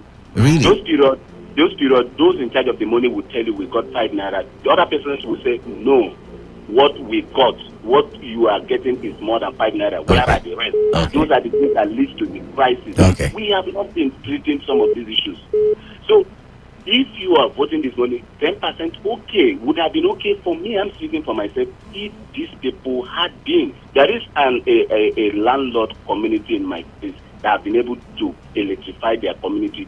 They are not oil, they do not own oil wells, but they own pipeline. but they have been able to use Elele, one village in Elele. They have been able to use what they get as pipeline owners to electrify their community. But the ones who have oil well in their land are on crisis every now and then. So the 3%. It's okay for you. Thank you very much, Bright from Port Harcourt. Interesting conversation. Now, after having a long conversation with Bright, I want to say maybe I'm beginning to have a rethink. Should we give this community heads all the money? Oh my! This is Nigeria. 95.1 FM. What's your name? Where are you calling in from? Alada, good morning. Good morning. Yeah, good morning to you. Yeah, Mark Davis. Howard Davis, welcome. Howard Davis, welcome on the show. Thank you. Thank you very much. Alada, before I contribute, I want to ask a question. What is the revenue or percentage being given to Zamfara Gold? That's not the conversation now, please. Let's not deviate, please. Thank you very much. That's not the conversation. Hello. That is not the conversation, please. Stick with the conversation. Now listen. To me, that 3% that you are talking about is like a landlord begging his tenants, please, this is the percentage that you are going to bring to me. Why am I saying this? Without Britain or British, we have known these people coming down to tell me how to share my own blessing given to me by God. Our Davies, here again. Our Davies, whether you like it or not, we are a country. We are Nigeria. Whether we were not before is not the bone of contention right about now. We are Nigeria, and we are looking at how we can coexist, and that's what we're talking about. Yes. Then you believe that those people that call themselves majority will come and give me what I want? It's still a question. That's why it's called, the National Assembly. It's discussed. The people are actually putting their. See, there's a process to it. There is a process to it, whether you like it or not. Like Gift was explaining, if the people from the Niger Delta, which I've been trying to say all along, did not want it to happen, they would have gone ahead with the division, and the division would have, stalled the whole passing of the bill. It's not about majority and minority now. To me, that is why I don't want to be in a nation like this. All right, thank you very much for calling in then. I mean, if you don't want to be in a nation like this, I wonder why you bother calling. 95.1 FM. Hello, Canada. Yeah, Grandpa, welcome. For 13 years, this bill has been in the National Assembly. Yeah, it has. And no person has been shouting, crying, my own. Now that it has been passed now, people are making mouth, empty drunk. That's what I don't like. Grandpa. You listen to me a lot, I want to say. Yes, I heard you. I'm sorry. And you know that I've always been saying, or once in a while I would say that, I feel like the host communities should be the ones in control of these resources, because they are the ones where they are the ones housing the resource or the resources, and they pay a huge price for the drilling of these resources. Yes, I concur. But, however, let me go straight and have my view on this. All right, then, please. The National Assembly has done their job. Okay. 3% or 3.5% are awarded to those communities. My question I want to ask that, is it going to be autonomy to the whole community, or the governor will carry them, marry wife for them, maybe buy them keke na pep. Interesting. And then say, we have used your money, we have given you autonomy. That's the question I want to ask. Oh my. I didn't see it from that angle, but that's a wonderful question there. Wonderful question. Then, because what is happening now, if they say you used to use the order of what do you call it, and know what the food is going to say. So the people will have 13%. Yeah. And where is it? What is it being used for? If you go to the north, North doesn't have this 13%. I saw a documentary from Yobe State. I called my wife, come and see what people that don't have 13% are doing in the area. The Borno State that has been worried by Boko Haram and the swap, and see what the president went to inaugurate the other day. See what is happening in that area. I'm just amazed. Look, if you compare some of the states in our area here, leave the State alone. The other states, See whether they can compare with Yobe State or Borno State or in infrastructure development. So I'm asking that it is not this percentage that matters, but of what benefit will it be to the communities? All right. And again, the communities themselves, you see what happened during the conference. Some people came up and then started exhibiting Mike Tyson. I saw the man. The man can box. I said, sure, why not this man go for a tournament and go and win 15 million? Rather than this is in here. Grandpa. Is it what is going to happen? Grandpa. Is it what we are going to see? Because our people are very greedy. All right then. Oh, our people want self. And every other person gets slave to you. That is what is them. Will it be so, or should we come back to talk to ourselves? I said, this has to be given to us. Let us manage it and know how to benefit every person. All right then. All right. Please, it is given to us by God. Let us not kill ourselves. All right then. Thank you. Thank you very much. See, I like conversations like this when we're not hauling insults, we're not trying to, point accusing fingers, but we're trying to state things as we see them. One person has just said, I think Bright, said, see, give this thing now to the host community. See what that will happen. Action film. Commando versus Rambo. and I think there's sense in that as well, because conflict of interest, this one feeling cheated, that one feeling cheated, results into community or communal fighting and all. I agree. But then again, listening to Grandpa, I'm wondering, who are we even going to give this money to? Before we even talk about communal fighting, is it that the federal government will give the 3, 5, 7, 10, whatever percent they agree to, the government will give it to the state government on behalf of the communities? Is that what's going to happen? Because we know that there is a joint account where the state government is giving local governments money. So is that what is going to happen? All right, I'm going to go back to the phone lines now. All right, turn off your radio set, please. Yeah, good morning. Yeah, good morning to you. Good morning. Yeah. This is Leo calling from Port Harcourt. Leo from Port Harcourt, welcome. Yeah, I believe that this deal has been long overdue, and even from say 13, from say 15 years. I believe that most of this 13 that we have on our record. Okay, beautiful. And I know that before now, the provisions of this bill has been in the public domain. And I didn't hear any clamor from the leaders of the Niger Delta, from the youth, that the percentage that was passed, where they are conflicting or criticizing or trying to make some adjustment in that percentage. I didn't hear that. No, but there was actually a public hearing, and in the public hearing, the people proposed 10%. I mentioned the public hearing that they were fighting. Very good one. But the people, whether you like it or not, the people proposed 10%. It was in the bill. It was proposed 10%. The author of the bill or the authors of the bill proposed 5%. And the Senate decides to bring it down to 3. The House of Reps keeps it at 5. So that's where the bone of contention is. My worry is that either way, whether the National Assembly was proposing, I was expecting the leaders of the Niger Delta to continue to make a clearance or in regards to the upgrade of the 3% or whatever. But my concern is not even about the percentage. Just like the previous caller just said, I think Grandpa also. I totally agree with what he's saying. That previously we are getting that this region is getting 13%. That 13%, they call it derivation also for community. So 13% plus 3%. For the state. For the state. For the state. 13%. So those 13% plus the 3%, is not 16% that comes to a state, whether it is the host community or however you may define it. I believe that if that amount was well utilized, if it is being utilized very well, then they can ask for upgrade, they can ask for an amendment eventually. The most important thing, let people feel that things are being, that their communities are being taken care of. Right. Honestly, so whether it's 3%, 1%, and it's huge money you're saying, so it can still be used to develop the region. Is that what you're saying? Yeah, that's the most important thing. That's the most important thing. So that eventually, when the oil will dry up, these host communities will not be complaining that they were left out. Because they will be left out. Thank you very much. All right, thank you very much for calling in. If you're just joining us, it's better late than never.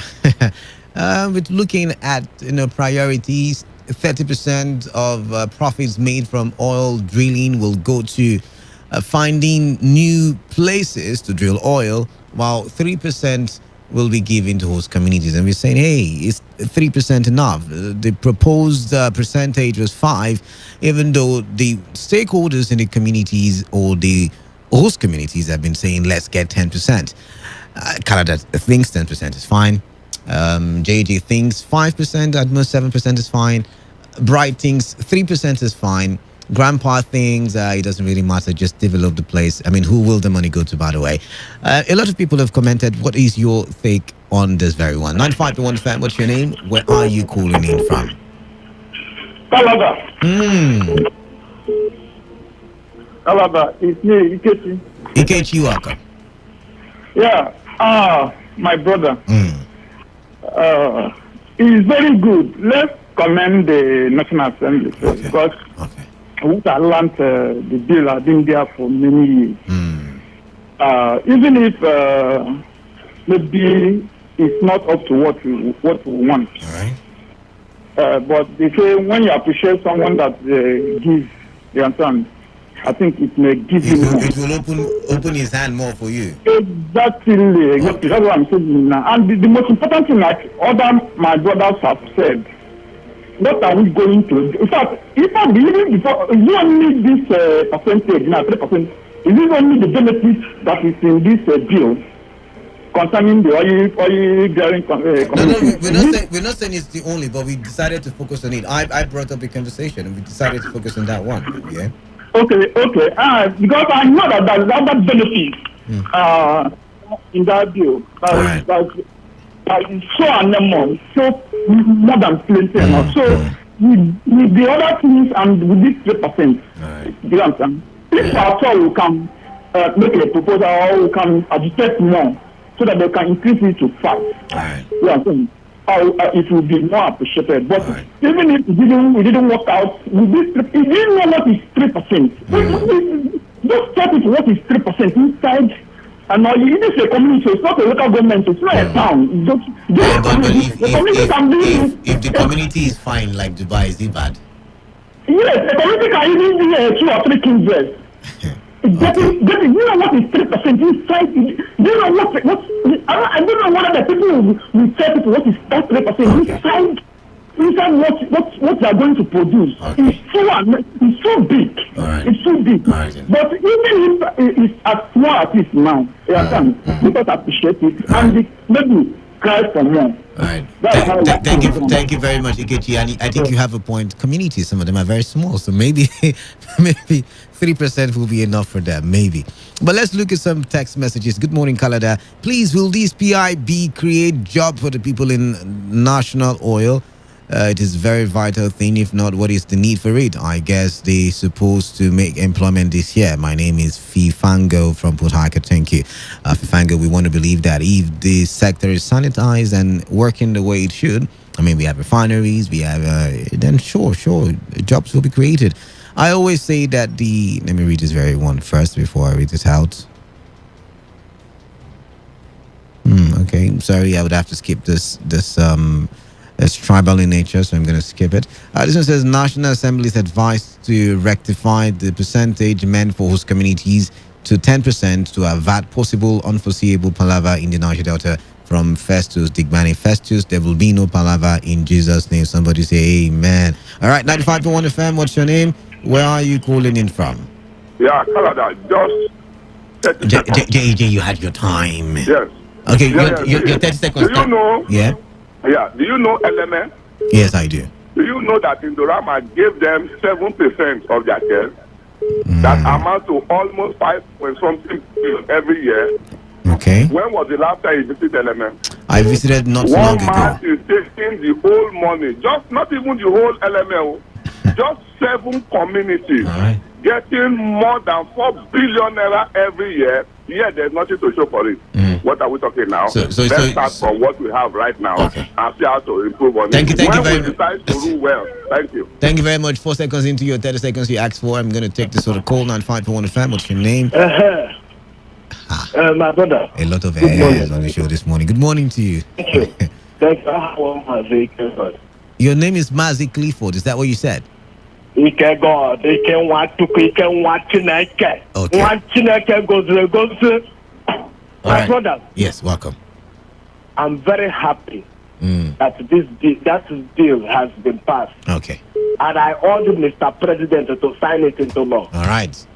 We will understand the importance. Look, by right, we are supposed to control our resources. But our brothers have said that for us to control our resources, it's not the right thing. That instead, because we are one Nigeria. Why are we crying? We are one Nigeria. One Nigeria, this is one Nigeria. They are going to use a part of that to your money to go and look for oil in the Katsina State. We are not forget them.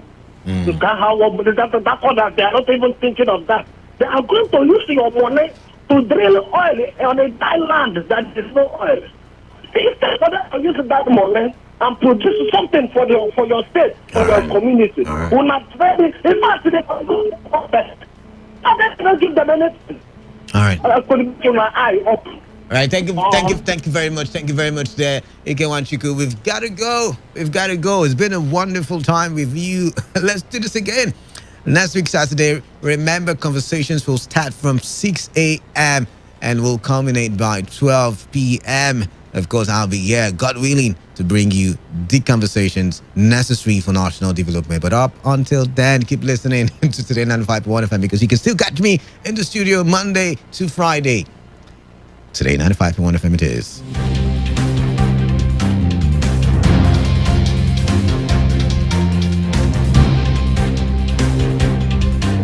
This is Today 95.1 FM, Port Harcourt, voice of the people. Whether it's happening in Port Harcourt, South South, Nigeria, or around the world, we've got you covered on air, online, delivering balanced news and unbiased analysis. Today 95.1 FM. This is Today 95.1 FM, Port Harcourt. News. All right, good afternoon. This is the World News at noon on your premium talk radio. Today, 95.1 FM Port Harcourt. I am Kalada Kurubatabo. Begin with the headlines. Federal government recommends manslaughter charge for railway vandals. Rivers State Police Command parades 33 suspected criminals for allegedly terrorizing parts of the state. On the foreign scene, 2 bodies found after huge landslide in Japan. Stay tuned for the news in detail.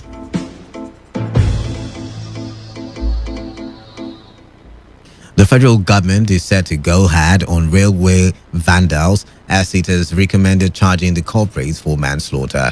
The Minister of Transport, Rotimi Amechi, who gave this recommendation during the weekly ministerial media briefing at the State House on Friday, argued that stricter enforcement of the law on vandalism would bring to a halt frequent theft of rail tracks and the consequent loss of lives.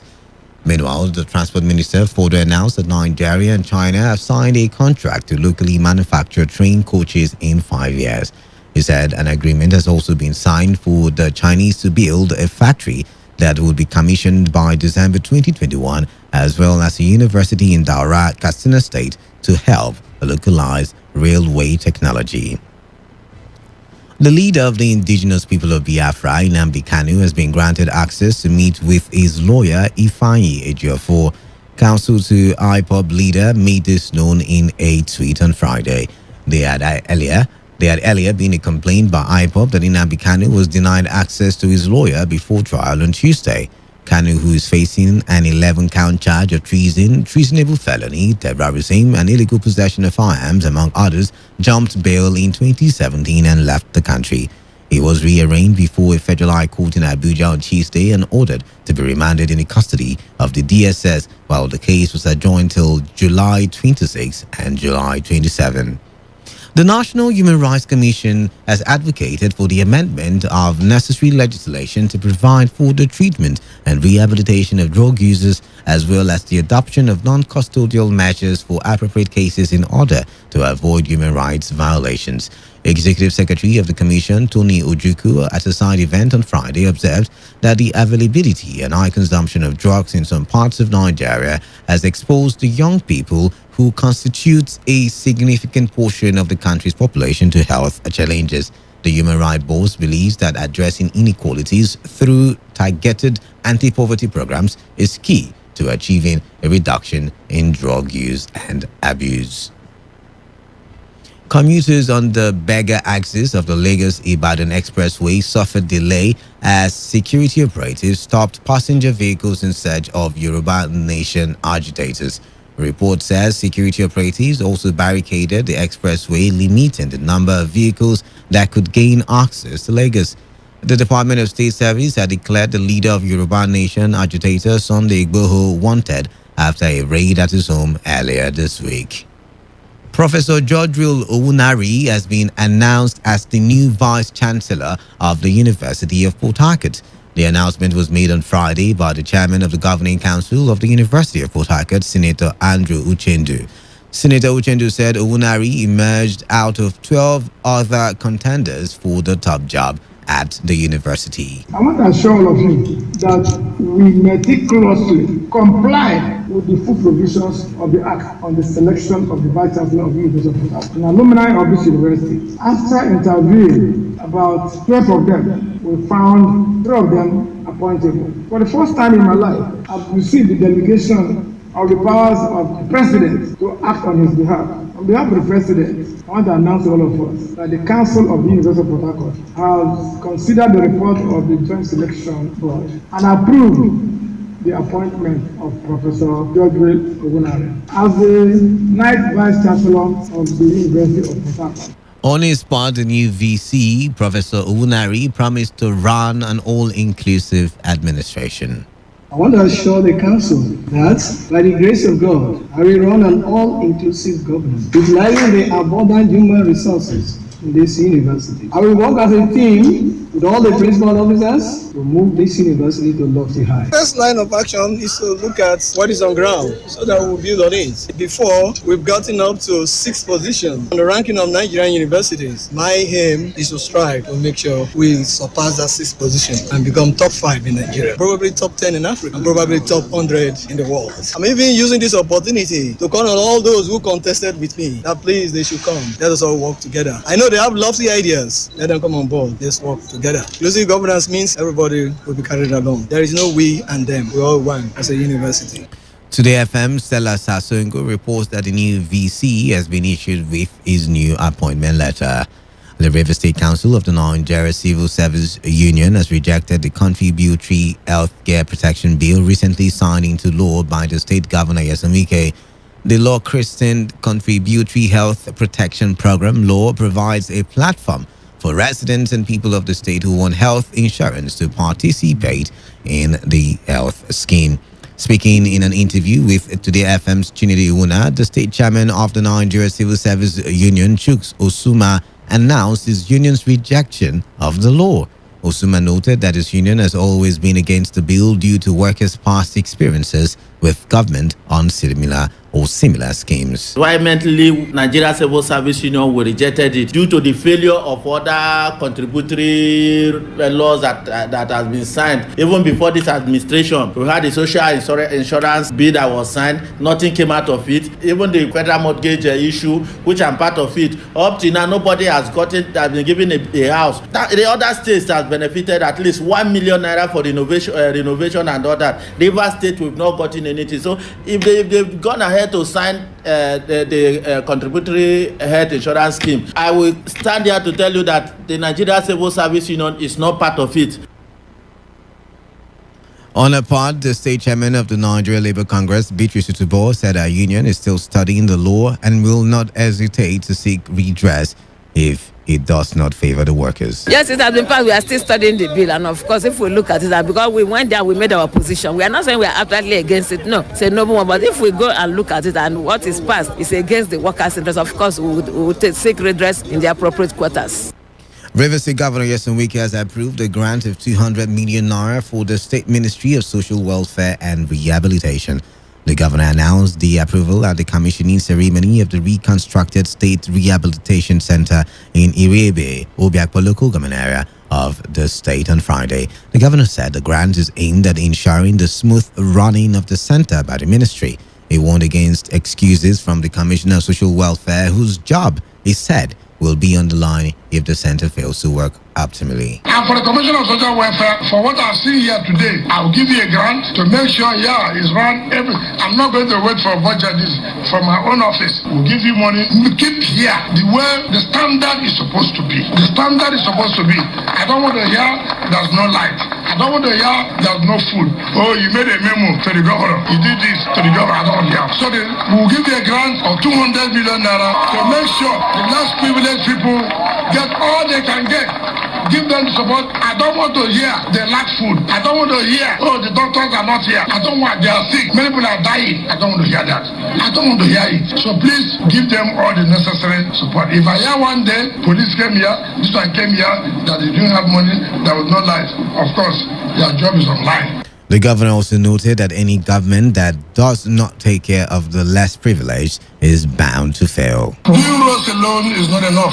Building health center alone is not enough. Building education alone is not enough. Any government that does not take care of the less privileged, that does not take care of those who may not have access to education and health, that government is doomed for failure. You have heard what the Honorable Commissioner for Social Welfare said. You have heard what our brothers and sisters have come to display practically for us to understand the importance of what we are doing today. Some people may be drug addicts, yes. Must we allow them to die? No. They may have taken to drugs because of maybe our own fault. Some people lack that parental care that would take them to all kinds of vices. Why do you blame them? Why do you blame them? Society must provide for them. We must not allow. Some of them would have been the best if they were in school. Some of them would have been the best if they are working. So you need to provide a place. On her part, the former First Lady of Niger State, Senator Zainab Kure, who commissioned the project, commended Governor Wike for a job well done. It's one of the very, very few days that I am speechless. I'm finding it difficult to coordinate what I will say here, and it is all born out of excitement. Not because I have been so humbly invited here to come and commission a project, but to have been alive and healthy to come and see for myself what I've been hearing. Because, sir, it is true. Sometimes we sit down and we watch these things. We don't go into details to know whether they are true or not. But I have friends and I have my leaders. My principal was here not too long ago, Senator David Mark, and he wouldn't be here if nothing serious is happening in Rivers State. I must tell you this. The current administration of the Rivers State government has continued to receive criticism over the delay in the payment of students' bursary and alleged non-promotion of civil servants since the inception of this administration. Darlington Ijeku, who spoke after a series of complaints by the students' wings, alleged that the current administration of Governor Nyesom Wike appears to be anti-youth government, which he claimed was contrary to his campaign promises. Ejeku, who was the Obiakpo local government chairmanship candidate of Africa Action Congress in the last council election in the area, said the governor's comment against stakeholders during his flag off of projects was uncalled for. It is obvious that Governor Wike's administration is an anti-youth of Rivers State. Since the inception of Governor Wike's administration, bursary has never been paid to students as a result of the hatred he has for the student and the youth in general, having made promises during his campaign. He deliberately placed a perpetual embargo not to employ the youth of Rivers State, not to promote the state civil servant, refusing payment of pensioners and gratuity to retirees. My kind advice to Governor Wike, he should stop using flagging off and commissioning of projects as a yardstick and avenue to be insulting notable leaders of Rivers State. It is his obligation as an elected governor of Rivers State to carry a project in Rivers State. During the former administration led by Right Honorable Chibika Amechi, major projects were executed in all communities, nooks and crannies of Rivers State. In a separate interview, youth activist Charles Jaja encouraged the governor to avoid making a caricature of the people he is carrying out project for, especially those who conceive the idea of the projects. But I also want to appeal to the governor not to see tomorrow's occasion as an avenue, to throw tantrums on anybody. And as I saw, of course, that the king must ensure that nobody is being talked down in that place and that people are civil in their talk. Opopo is a peace-loving people, and we don't expect anybody to come there to call people all sort of names. A king cannot stay in his home front and watch his own son being talked down in a manner that is unacceptable. So I implore on him to do the needful and also remind him that his tool is created by nature and recognized by the authority of the Imperial Majesty of Queen of England, and that's why he is special. The king must also ask for the construction of the ring road, because without this, it will be difficult to come inside Opopo, because we need this ring road, to ease our movement in and out of the town. Rivers State Police Command on Friday paraded 27 suspected kidnappers, 6 suspected cultists, and 3 armed robbery suspects for allegedly terrorizing parts of the state. The command also said it recovered 14 arms, 135 cartridges, 6 magazines, 362 ammunition, 2 vehicles, machetes, and shams from the suspects. Commissioner of Police Friday Eboka said successes were recorded through intelligence gathering from the police and assistance from members of the public. We have recorded significant achievements which are even too numerous for us to mention here. You will all agree with me that cultism, kidnapping, and other violent crimes have nosedived. Within this period, the command arrested a total of 3 robbery suspects, 27 kidnapped suspects, and 3 cultists. We also rescued 6 kidnapped victims and recovered 8 arms and 2 vehicles. Let me just permit me to just present arrest and death of notorious kidnappers through the recovery of firearms and ammunition. Operative of anti-kidnapping units, with the aid of technical intelligence, arrested one Monday Dante, 27 years old, whose GSM number was used on several occasions to demand ransom for the release of kidnapped victims. He was arrested in Kana local government area of the state. The gang was responsible for most kidnapped incidents around Woji and Elelewon Aziz of Port Harcourt. CP Eboka, who also responded to questions bordering on HA being the kidnappers' den, said nobody has been able to make any official report of human parts trading in the local government. Rivers State High Court sitting in Port Harcourt will on the 9th of July 2021 hear the fundamental human rights suits instituted by Christian Ile against the Economic and Financial Crime Commission. Ile had approached the court for enforcement of his fundamental human right, which he claimed has been tampered with by the operatives of the Port Harcourt office of EFCC. The court had also granted an order restraining the EFCC or its representatives from inviting or arresting Christian Ile pending the determination of the motion or notice for fundamental human rights. Today FM's Uchende Jowo reports that the matter was adjourned till the 9th of July for hearing of the motion following the absence of the counsel representing EFCC in court today or yesterday. You are listening to the World News at noon on Today95.1 FM, the voice of the people. After this break, more news, foreign and sports stories. Please stay tuned.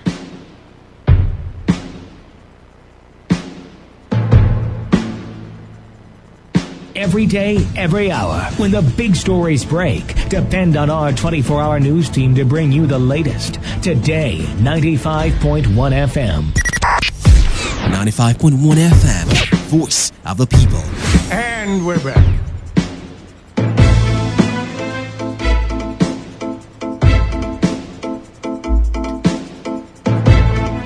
All right, you're still listening to the World News at noon on Today 95.1 FM. Welcome back now to the rest of the bulletin.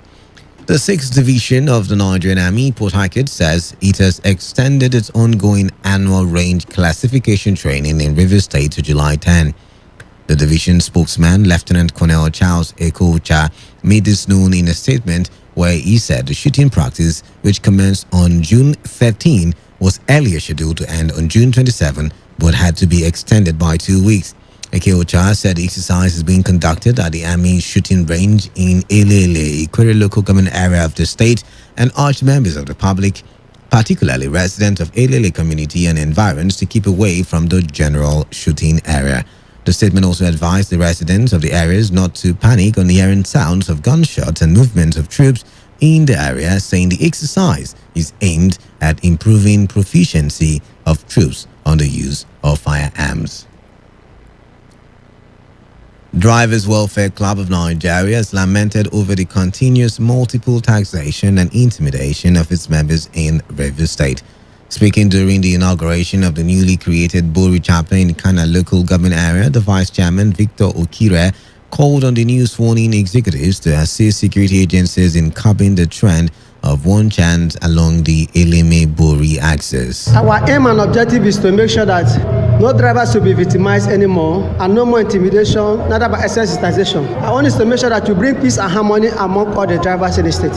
And again, to make sure that if any driver that is in need, when you come to us, we have to reason together as one family, we can come to your aid. And again, the area of one chance issue that is happening in Bori to Eleme on 9 houses, I want to say this to the public that we Drivers Welfare Club of Nigeria, from today, we will be able, with our drivers, after sanitizing them, they can be able to give first-class information to the law enforcement agency, and we all should be the watch to ourselves and watch to the society. And by God's grace, that if there's any development, please, as a law enforcement agency, be open, have an open door to Driver Welfare Club members. As a driver, if they come to any complaint, please go to their aides and take an action for their complaint. On his part, the chairman of the Drivers Welfare Club of Nigeria, Bori chapter, Noble Bakpo, also reiterated that the security of passengers and drivers along the Ogoni axis remain their priority. Because it has been a challenge to me as a driver. What drivers are passing through, we don't like it. I want National Union, the government, to come and intervene on drivers' problems, because what we are passing, excess taxation is too much. I want the government to reduce the excess taxation that we are passing through, so that at the end of the day, we can be able to feed our family while coming back from the driving. Because as we are going out for the work, our people are expecting us to come back for something, so that we can feed our children. I'm the native of Ogoni, and I believe that the issue of insecurity of this axis, I've contacted the security agency to make sure that me and my ESCO member will get in touch with the matter and make sure we settle every security issues, and for our travelers, our passengers, to make sure they are protected, make sure the security is guaranteed. Representing the Eleme Unit Commander of the Federal Road Safety Corps, Chinonso Umumere, advised drivers to be more professional in their job.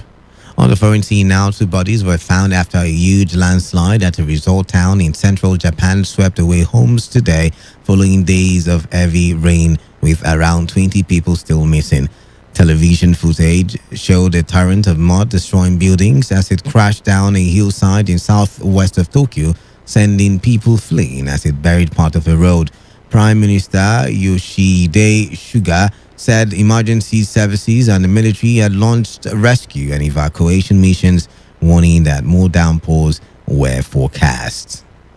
In entertainment, Bollywood superstar Amir Khan has announced that he is splitting with his wife of 15 years, filmmaker Kiran Rao. The A-list couple released a statement saying their breakup had been agreed, but they would raise their son together and still work on joint projects. Khan and Rao met while shooting a film in 2001, on which Rao was the assistant director, and they married in December 2005. To end the news, here is a summary of the major stories. The federal government has recommended manslaughter charge for railway vandals. Rivers State Police Command has paraded 33 suspected criminals for allegedly terrorizing parts of the state.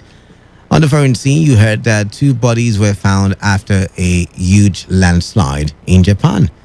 That was the news, as edited by Ifunaya Obema Ndukai. For comments and inquiries, please call 0818-389-2850 or send your emails to news@todayfmlive.com. You can also read our stories on www.todayfmlive.com. Good afternoon. I am Kala Da Karubatibo. Do have yourself a wonderful day.